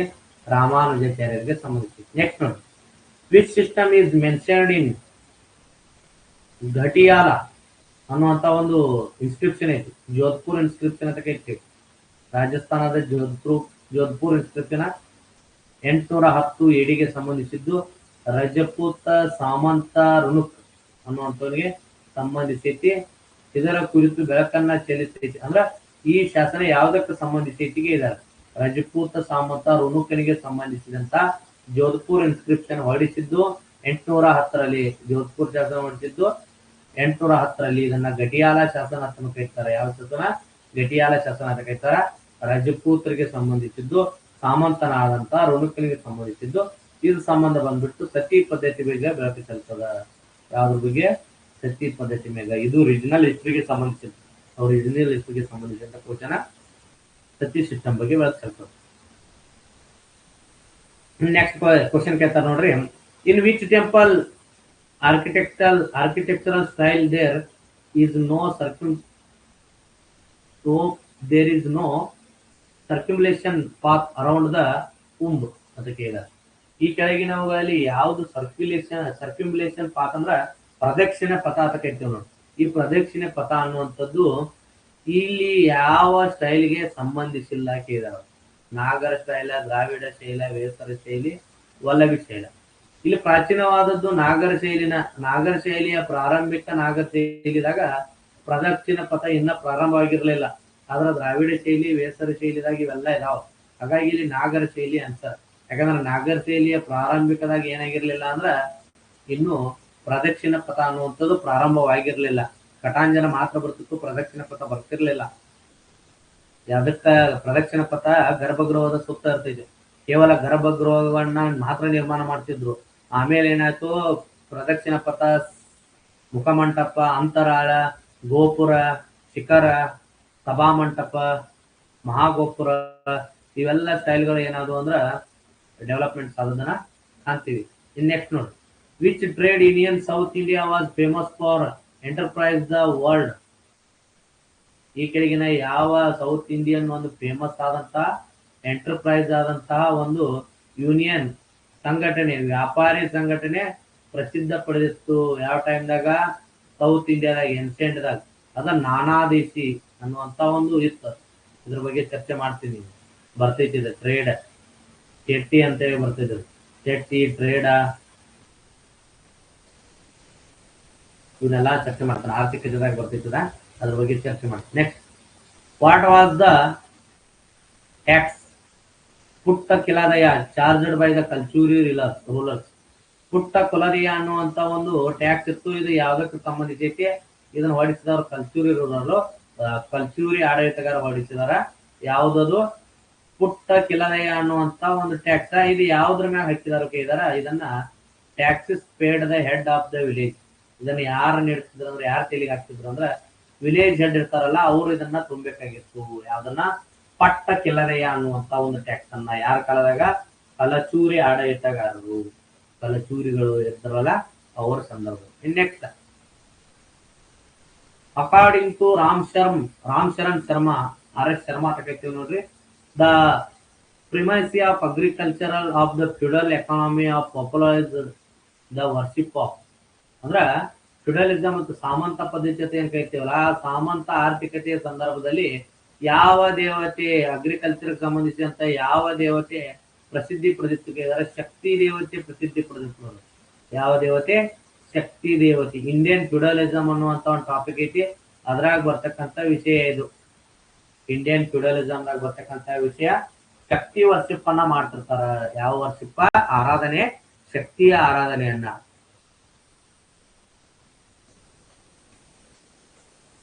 ನೆಕ್ಸ್ಟ್ ನೋಡಿ, ಅಕಾರ್ಡಿಂಗ್ ಟು ಕನ್ಯಾಕುಮಾರಿ ಪ್ರಶಸ್ತಿ ಶಾಸನಗಳು ಇರ್ತಾವ ನೋಡಿ.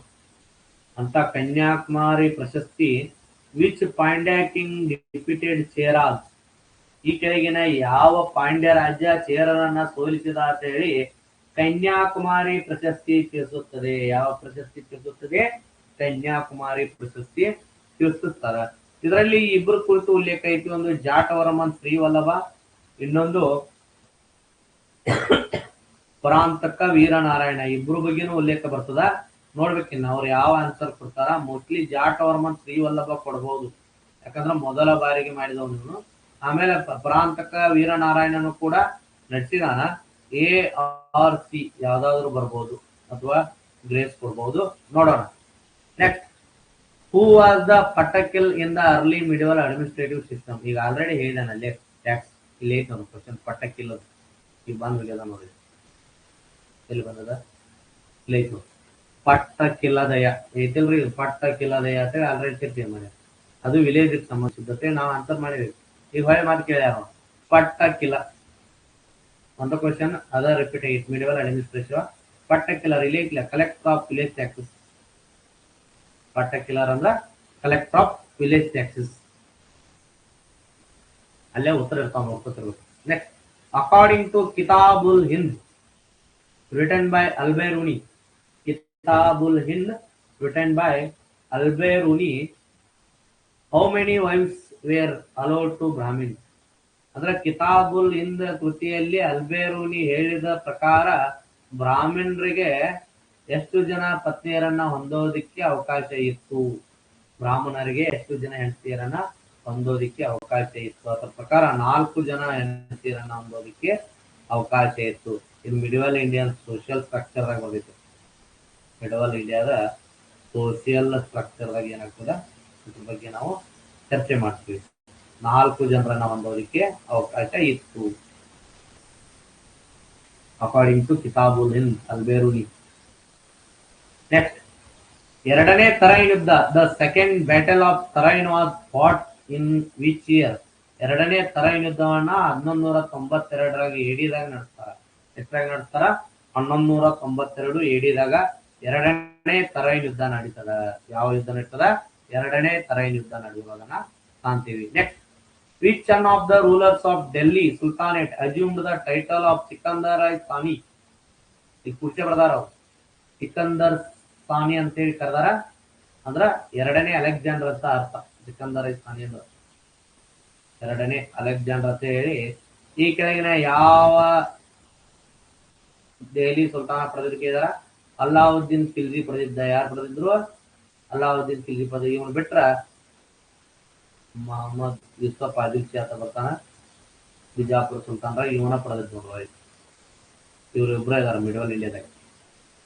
ಡೆಲ್ಲಿ ಸುಲ್ತಾನೇಟ್ ಮತ್ತು ಮಿಡಿವಲ್ ಇಂಡಿಯಾದಾಗ ಇಬ್ಬರು ಜನರಿಗೆ ಸಿಕಂದರ್ ಸಾನಿ ಅನ್ನುವಂತ ಬಿರುದಿತ್ತು. ಎರಡನೇ ಅಲೆಕ್ಸಾಂಡರ್ ಅನ್ನುವಂತ ಬಿರುದಿತ್ತು. Next, during the Delhi sultanate Amil was associated to ಅಂದ್ರ ಅಮೀಲ್ ಅನ್ನುವಂಥವನು ಈ ಕೆಳಗಿನ ಯಾವುದಕ್ಕೆ ಸಂಬಂಧಿಸಿದ್ದ? ಅಮೀಲ್ ಅನ್ನುವಂಥವನು ಈ ಕೆಳಗಿನ ಯಾವುದಕ್ಕೆ ಸಂಬಂಧಿಸಿದ್ದ? ಈತ ಲ್ಯಾಂಡ್ ರೆವಿನ್ಯೂ ಅನ್ನ ಕಲೆಕ್ಟ್ ಮಾಡ್ತಿದ್ದ. ಈತ ಭೂ ಕಂದಾಯವನ್ನ ಏನ್ ಮಾಡ್ತಿದ್ದ ಅಂದ್ರೆ ಸಂಗ್ರಹಿಸುತ್ತಿದ್ದ. Land revenue collection was called by Amil. ಅಂದ್ರ ಲ್ಯಾಂಡ್ ರೆವಿನ್ಯೂ ಅನ್ನ ಕಲೆಕ್ಷನ್ ಮಾಡ್ತಿದ್ರು. ಯಾರು ಮಾಡ್ತಿದ್ರು ಅಂದ್ರೆ ಅಮೀಲ್ ಅನ್ನುವಂಥವ್ನು ಮಾಡ್ತಿದ್ದ. ಭೂ ಕಂದಾಯವನ್ನ ಕಲೆಕ್ಟ್ ಮಾಡ್ತಿದ್ದ. Next, name of the ruler of Delhi sultanate who compelled the king Devagiri to pay 40 bricks of gold every year. ನೋಡ್ರಿ, name of the ruler of Delhi sultanate who compelled the king of Devagiri. Devagiri ಅಂದ್ರೆ ದೇವಗಿರಿ ಟು ಪೇ 40 ಬ್ರಿಕ್ ಅಂದ್ರೆ 40 ಇಟಿಗೆಗೆ ಸಮಾನವಾದಂತಹ ಬಂಗಾರವನ್ನ ಪ್ರತಿ ವರ್ಷ ಈ ಕೆಳಗಿನ ಯಾವ ದೆಹಲಿ ಸುಲ್ತಾನನಿಗೆ ನೀಡಬೇಕಾಗಿತ್ತು ಅನ್ನುವಂಥದ್ದು ಕೇಳ್ಯಾರ. ಒಂದನೇದಾಗಿ ಮಲಿಕ್ ಕಾಪೂರ್ ದಾಳಿ ಮಾಡಿದವನು. ಇಲ್ಲಿ ಏನ್ ಕೇಳಿದಾರು? ಡೆಲ್ಲಿ ಸುಲ್ತಾನೇಟ್ ಕೇಳ್ಯಾರ. ಇಲ್ಲಿ ದಾಳಿಕೋರನ್ ಪಟ್ಟಾರ. ಮಲ್ಲಿಕ್ ಕಾಪೂರ್ ಯಾರ ದಾಳಿಕೋರ? ಅಲ್ಲಾವುದ್ದೀನ್ ಖಿಲ್ಜಿ ದಾಳಿಕೋರ. ಅಲ್ಲಾವುದ್ದೀನ್ ದಾಳಿಕೋರ ಇಲ್ಲ. ಇಲ್ಲಿ ಬರಾವ್ರ ಯಾರ? ಇಬ್ಬರಿಗೆ ದೇವಗಿರಿ ಸಂಬಂಧಿಸಿ. ಒಂದು ಮೊಹಮ್ಮದ್ ಬಿನ್ ತುಘಲಕ್ ಬಿಟ್ರ ಮಲಿಕ್ ಕಾಪೂರ್. ಮೊಹಮ್ಮದ್ ಬಿನ್ ತುಘಲಕ್ ಬಂದಿದ್ದು ಯಾರ ಕಾಲದಾಗ? ಗಿಯಾಸುದ್ದೀನ್ ತುಘಲಕ್ ಕಾಲದಾಗ. ಹೀಗಾಗಿ ಇಲ್ಲಿ ಬರ್ತಕ್ಕಂಥ ವಿಷಯ ಏನಂದ್ರ ಆನ್ಸರ್ ಮೊಹಮ್ಮದ್ ಬಿನ್ ತುಘಲಕ್ ಇರ್ತದ. ಏನಿರ್ತದ? ಯಾಕಂದ್ರೆ ಡೆಲ್ಲಿ ಸುಲ್ತಾನೇಟ್ ಅನ್ನುವಂತ ಪದ ಬಳಸಿದಾರ ಇಲ್ಲಿ. ಮಲಿಕ್ ಕಾಪೂರ್ ಇವನ ಡೆಲ್ಲಿ ಸುಲ್ತಾನೇಟ ಅಲ್ಲೇ ಇವೊಬ್ಬ ಅವ್ರ ಕೈಯಾಗಿ ನಾವು. ಹಾಗಾಗಿ ಮೊಹಮ್ಮದ್ ಬಿನ್ ತುಘಲಕ್. ಯಾರ್ರಿ? ಮೊಹಮ್ಮದ್ ಬಿನ್ ತುಘಲಕ್. ಬಿಟ್ರ ಮುಬಾರಕ್ ಶಾ ಅಂತ ಬರ್ತಾನ. ಇದು ಸಾಧ್ಯತೆ ಕಡಿಮೆ. ಯಾಕಂದ್ರೆ ಮುಬಾರಕ್ ಶಾ ಟೈಮ್ನಾಗ ಮಲಿಕ್ ಕಾಪೂರ ಏನಾಗಿರ್ತಾನಂದ್ರ ನೇತೃತ್ವ ವಹಿಸ್ಕೊಂಡಿರ್ತಾನ. ನೋಡೋಣ. ವಾಟ್ ವಾಸ್ ಟಂಕ್ ಸಿಯಾ? ಟಂಕ್ ಸಿಯಾ ಅನ್ನುವಂಥದ್ದು ಏನು ಕೇಳ್ಯಾರ. ಟಂಕ್ ಸಿಯಾ ಅನ್ನುವಂಥದ್ದು coin introduced by Mohammad bin Tughlaq. Mohammad bin Tughlaq ಪರಿಚಯಿಸಿದಂತ ಒಂದು ನಾಣ್ಯ. ಯಾವುದು? ಟಂಕ್ ಸಿಯಾ. ಟಂಕ್ ಸಿಯಾ ಅನ್ನುವಂಥದ್ದು ಮೊಹಮ್ಮದ್ ಬಿನ್ ತುಘಲಕ್ ಇದ್ದದ್ದು ಪರಿಚಯಿಸಿದಂತ ಒಂದು ನಾಣ್ಯದ ಹೆಸರು ಅದು ಟಂಕೈ ಸಿಯಾ ಅನ್ನುವಂಥದ್ದು. Next, during the reign of Firoz Shah Tughlaq head of the army was called. ನೋಡ್ರಿ, ಫಿರೋಜ್ ಶಾ ತುಘಲಕ್ನ ಕಾಲದಲ್ಲಿ ಆರ್ಮಿ ಹೆಡ್ ನನ್ನ ಏನಂತ ಕರಿತಿದ್ರು ಕೇಳಿದಾರ? ಅರಿಜ್ ಐ ಮಮಾಲಿಕ್ ಅಂತ ಹೇಳಿ ಕರಿತಿದ್ರು. ಏನಂತ ಕರಿತಿದ್ರು? ಅರಿಜ್ ಐ ಮಮಾಲಿಕ್ ಅಂತ ಹೇಳಿ ಯಾರನ್ನ ಕರಿತಿದ್ರು ಅಂದ್ರ ಫಿರೋಜ್ ಶಾ ತುಘಲಕ್ನ ಕಾಲದಲ್ಲಿ ಹೆಡ್ ಆಫ್ ದ ಆರ್ಮಿ, ಸೈನ್ಯಾಧ್ಯಕ್ಷ ಅಂತ ಯಾರನ್ನ ಕರಿತಿದ್ರು ಅಂದ್ರ ಅರಿಜ್ ಐ ಮಮಾಲಿಕ್ನನ್ನ ಫಿರೋಜ್ ಶಾ ತುಘಲಕ್ನ ಕಾಲದಲ್ಲಿ ಕರಿತಿದ್ರು. ಎಲ್ಲ ಅಡ್ಮಿನಿಸ್ಟ್ರೇಷನ್ ನೋಡಿದ್ರೆ ಎಲ್ಲಾನ ಬಂದಿರ್ತಾವ, ಎಲ್ಲ ಅಲ್ಲೇ ಇರ್ತಾವ. During the sultanate period tanka of silver was equal to, ಕೇಳ್ಯಾರ ನೋಡ್ರಿ, tanka of silver to equal to 48 jital. ಇಲ್ತಮಿಷನ್ ಸಂಬಂಧಿಸಿದ್ದು ಟಂಕ ಅನ್ನುವಂತ ಸಿಲ್ವರ್ ಕಾಯಿನ್ 48 ಜಿತಾಲ್ಗಳಿಗೆ ಸಂಬಂಧಿಸೈತಿ. 48 ಜಿತಾಲ್ ಅಂದ್ರ ಒಂದು ಸಿಲ್ವರ್ ಟಂಕ ಅಂತ ಅರ್ಥ. ಏನ್ರಿ, 48 ಜಿತಾಲ್ ಅಂದ್ರ ಒಂದು ಸಿಲ್ವರ್ ಟಂಕ. ಕ್ಲಿಯರ್ ಆಯ್ತ್ರಿ? ನೆಕ್ಸ್ಟ್, ಸುಜುಕಿ ಬಾಬ್ರಿ ಎಷ್ಟ್ ಚಂದ ಬರ್ದಾರ ನೋಡೋದು. ಬರ್ಯಾಕು ಪಾಪ ಅವ್ರಿಗೆ ಟೈಮ್ ಸಿಕ್ಕಿಲ್ಲ. ಹೆಂಗ್ ಬರ್ದಾರ ನೋಡೋದು, ಸುಜುಕಿ ಬಾಬ್ರಿ ಅಂದಾರ ನೋಡೋದು. ಪಾಪ ಎಷ್ಟು ಅವ್ರಿಗೆ ಇದನ್ನ ಇರ್ಬೇಕು, ಬಿಜಿ ಇರ್ಬೇಕು. ಅವರು ಒಂದು ಪದದ ಅರ್ಥ ಬರೆಯಕ್ಕೂ ಟೈಮ್ ತಗೊಂಡಾರ. Suzuki Babri was return in which language? ಇದು ಮೊನ್ನೆ ಮಾಡ್ಯಾನ ಬಾಬಾ ರಾಮ ಮಾಡೋದ್ನಾಗ ಮಾತು ಕ್ವಶನ್ ಬಂದಿತ್ತು. ಚಗಟೈ ತುರ್ಕಿ ಭಾಷೆದಾಗ ಬರ್ದಾರ. ಯಾವ ಭಾಷೆದಾಗ ಬರ್ದಾರ? ಚಗಟೈ ತುರ್ಕಿ ಭಾಷೆದಾಗ ಬರ್ದಾರ ಬಾಬರ್ ನಾಮವನ್ನ. ಸುಜುಕಿ ಬಾಬ್ರಿ ಅನ್ನುವಂಥದ್ದು ಅದ್ರ ಮೂಲ ಹೆಸರು, ಪರ್ಷಿಯನ್ ಹೆಸರು ಬಾಬರ್ ನಾಮ. ಅದ್ರ ಮೂಲ ಬರೆದಿದ್ದು ಚಗಟೈ ತುರ್ಕಿ ಭಾಷೆದಾಗ ಬರ್ದಾರ. ತನ್ನ ಮಾತೃಭಾಷೆ ಆದಂತ ಫರ್ಗಾನದ ಮಾತೃಭಾಷೆ ಚಗಟೈ ತುರ್ಕಿ ಭಾಷೆದಾಗ ಬಾಬರ್ ನಾಮ ಬರ್ದಾರ ಅಂತ ಮೊನ್ನೆ ಕ್ಲಾಸ್ ಮಾಡಿ. Next, who was the first introduce the zabt system? Zabt system ಅನ್ನ ಈ ಕೆಳಗಿನವುಗಳಲ್ಲಿ ಯಾರು ಪರಿಚಯಿಸಿದಾರೋ ಅನ್ನುವಂಥದ್ದನ್ನ ಹೇಳ್ಯಾರ. ಜಬ್ತ್ ಸಿಸ್ಟಮ್ ಅನ್ನ ಪರಿಚಯ ಮಾಡಿದವನು ಶೇರ್ ಶಾ ಸೂರಿ ಮಾಡ್ಯಾರ. ಯಾರು ಮಾಡ್ಯಾರ? ಶೇರ್ ಶಾ ಸೂರಿ ಏನ್ ಮಾಡ್ಯಾರ ಅಂದ್ರ ಫಸ್ಟ್ ಟೈಮ್ ಜಬ್ತ್ ಸಿಸ್ಟಮ್ ಅನ್ನ ಪರಿಚಯಿಸ್ತಾನ. ಆಮೇಲೆ ಅದೇ ಅಕ್ಬರ ಕಾಲದಾಗ ಜಬ್ತಿ ಸಿಸ್ಟಮ್ ಆಗಿ ಏನಾಗ್ತದ ಕನ್ವರ್ಟ್ ಆದದ್ದನ್ನ ನಾವು ಕಾಣ್ತೀವಿ. Next, which historian described the pathetic condition of severe famine in the south and in Gujarat during the 1630 ಕಾಲದಲ್ಲಿ ಗುಜರಾತ್ ಮತ್ತು ದಕ್ಷಿಣ ಭಾರತದಲ್ಲಿ ನಡೆದಂತಹ ಕ್ಷಾಮ, ಫೆಮಿನ್ ಅಂದ್ರೆ ಕ್ಷಾಮದ ಕುರಿತು ಮತ್ತು ಅಲ್ಲಿರ್ತಕ್ಕಂಥ ಕಂಡೀಷನ್, ಸ್ಥಿತಿಗತಿಗಳ ಕುರಿತು ಯಾವ ಹಿಸ್ಟೋರಿಯನ್ ಏನ್ ಮಾಡಿದಾರ ಅಂದ್ರ ವಿವರಣೆ ನೀಡಿದ ಅಂತ ಕೇಳಿದಾರೆ. ಯಾರು ನೀಡ್ಯಾರ? ಅಬ್ದುಲ್ ಹಮೀದ್ ಲಾಹೋರಿ ನೀಡಿದವ ಯಾರು? ಅಬ್ದುಲ್ ಹಮೀದ್ ಲಾಹೋರಿ. 1630-31 ಈ ಕಾಲದಲ್ಲಿ 1627 1657 ಏನು ಇವನ್ ಇರ್ತಾನಲ್ಲ, ಜಹಾಂಗೀರ್ ಇರ್ತಾನಲ್ಲ, ಆ ಜಹಾಂಗೀರ್ ನಂತರ ಶಹಜಹಾನ್ ಇರ್ತಾನ. ಈ ಅವಧಿಯಲ್ಲಿ ಪ್ರಸಿದ್ಧ ಇತಿಹಾಸಕಾರ ಅಬ್ದುಲ್ ಹಮೀದ್ ಲಾಹೋರಿ ಇರ್ತಾನ. ಅಬ್ದುಲ್ ಹಮೀದ್ ಲಾಹೋರಿ ಏನ್ ಮಾಡಿರ್ತಾನ ಅಂದ್ರ ಶಹಜಹಾನ್ ಕಾಲದಲ್ಲಿ ಆದಂತಹ ಫೆಮಿನ್ ಅಂದ್ರೆ ಕ್ಷಾಮಗಳ ಬಗ್ಗೆ ಏನ್ ಮಾಡ್ತಾನ, ಉಲ್ಲೇಖ ಮಾಡ್ತಾನ 1630-31 ಅವಧಿಯಲ್ಲಿ. ಇವಿಷ್ಟು ಮಧ್ಯಪ್ರದೇಶ ಸೆಟ್ ಎಕ್ಸಾಮ್ ನಲ್ಲಿ ಬಂದಂತಹ 100 ಪ್ರಶ್ನೆಗಳು. ಎಷ್ಟು ಪ್ರಶ್ನೆಗಳು? 100 ಪ್ರಶ್ನೆಗಳು. ನೋಡಿದ್ರಲ್ಲ, ಈ ಕ್ವಶನ್ಗಳು ಯಾವ ರೀತಿಯಾಗಿ ನಿಮಗೆ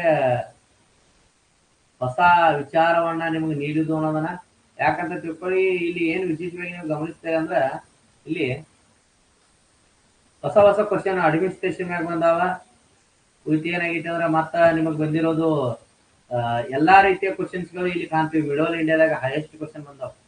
ಯಾಕಂದ್ರ ಮಿಡಲ್ ಇಂಡಿಯಾದಾಗ ಆಲ್ಮೋಸ್ಟ್ ಮಧ್ಯಪ್ರದೇಶದ ವ್ಯಾಪ್ತಿ ಇರೋದನ್ನ ಮಿಡಲ್ ಇಂಡಿಯಾದಾಗ ಈ ಲೆವೆಲ್ ಕ್ವಶನ್ಗಳು ನೇರವಾಗಿ ಬಂದು ಅಂದ್ರೆ ನಿಮ್ಗೆ ಎಷ್ಟು ಹೆಲ್ಪ್ ಆಗ್ತದ ಅಂದ್ರ ಅಷ್ಟು ಹೆಲ್ಪ್ ಆಗ್ತದ.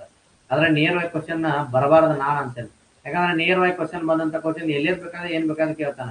ಯಾವತ್ತೂ ಒಬ್ಬ ವ್ಯಕ್ತಿಗೆ ಯಾವ ರೀತಿಯಾಗಿ ನೆನಪ ಇಡ್ತಕ್ಕಂಥ ಶಕ್ತಿ ಇರ್ತದಂದ್ರ ಒಂದು ಕನ್ಸರ್ವೇಟಿವ್ ಆಗಿ ಅಂದ್ರ ಅಲ್ಲೇ ಒಂದು ಯಾವ್ದಾದ್ರು ವ್ಯತ್ಯಾಸವನ್ನ ಗುರುತಿಸ್ತಕ್ಕಂಥ ಹೊಂದಿಸ್ತಕ್ಕಂಥ ವ್ಯವಸ್ಥೆಗಳು ಇರ್ತಕ್ಕಂಥ ಕ್ವಶನ್ಸ್ ಗಳನ್ನ ನೆನಪಿಡ್ಬೋದು. ನೇರವಾಗಿ ಡೈರೆಕ್ಟ್ ಕ್ವಶನ್ಸ್ ಗಳನ್ನ ವಸ್ತುನಿಷ್ಠ ಮಾದರಿ ಇರ್ತಕ್ಕಂಥ ಕ್ವಶನ್ಸ್ ಗಳನ್ನ ನೆನಪಿಡೋದಕ್ಕೆ ಜರ ಕಷ್ಟ ಆಗ್ತದ. ಏನೇ ಇರ್ಲಿ, ಇಂಥ ಯಾವ್ದೇ ಕ್ವಶನ್ ಬರ್ಲಿ, ಇಂಥ ಕ್ವಶನ್ ಎಷ್ಟು ಟಫ್ ಬರ್ತಾವಲ್ಲ ಅಷ್ಟು ಒಳ್ಳೇದಂತ ಬೇಡ್ಕೋರಿ. ಯಾಕಂದ್ರೆ ಎಷ್ಟು ಟಫ್ ಕ್ವಶನ್ ಬರ್ತಾವಲ್ಲ ಅಷ್ಟು ನಿಮ್ ಕಟಪ್ ಕಡಿಮೆ ನಿಲ್ತದ.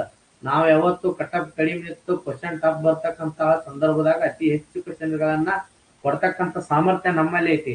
ಇವೆಲ್ಲ ಕ್ವಶನ್ಸ್ಗಳು ಇವೆಲ್ಲ ಇದರಲ್ಲಿ 100ಕ್ಕೆ 100 ಬರ್ತಾವ ಅಂತ ಹೇಳಲ್ಲ, 80 ಕ್ವಶನ್ ಆದ್ರೂ ಬರ್ತಾವ ನನ್ನ ಕ್ಲಾಸ್ನಾಗ. ಅಷ್ಟೊಂದು ಮಾಹಿತಿ ಎಲ್ಲ ಕಲೆಕ್ಟ್ ಹಾಕ್ಯಾನ, ಇವೆಲ್ಲ ಆನ್ಸರ್ ಮಾಡ್ಯಾನ. ಇವೆಲ್ಲ ಆನ್ಸರ್ಗಳು ನಮ್ಮ ಇದ್ರೊಳಗೆ ಬಂದಾವ. ನೀವು ಓದ್ತಾ ಹೋಗ್ತೀರಿ, ನಡೆದಿರೋದು ಒಂದೇ 2 ಕ್ಲಾಸ್ಗಳಲ್ಲಿ ನಿಮ್ ಕ್ವಶನ್ ಬಂದಾವ ನೋಡಿರಿ. ಹಾಗಾಗಿ ತಪ್ಪದೇ ಕ್ಲಾಸ್ಗಳನ್ನ ಅಟೆಂಡ್ ಆಗ್ರಿ, ಚೆನ್ನಾಗಿ ರಿವಿಷನ್ ಮಾಡ್ಕೊತ ಹೋಗ್ರಿ, ಕೊಡ್ತಕ್ಕಂಥ ನೋಟ್ಸ್ಗಳನ್ನ ಚೆನ್ನಾಗಿ ಓದ್ರಿ ಅಂತ ಹೇಳ್ತಾ, ಮುಂದಿನ ಕ್ಲಾಸ್ನಲ್ಲಿ ಮುಂದಿನ ವಿಷಯವನ್ನ ತಗೊಂಡು ಏನ್ ಮಾಡೋಣ, ಚರ್ಚೆ ಮಾಡೋಣ. ಹೀಗೆ ಇವತ್ತಿನ ಕ್ಲಾಸನ್ನ ಎಂಡ್ ಮಾಡೋಣ. Thank you. ಏನೋ ಡೌಟ್ಸ್ ಇದ್ರ ಮೆಸೇಜ್ ನನಗೆ ಹಾಕ್ರಿ.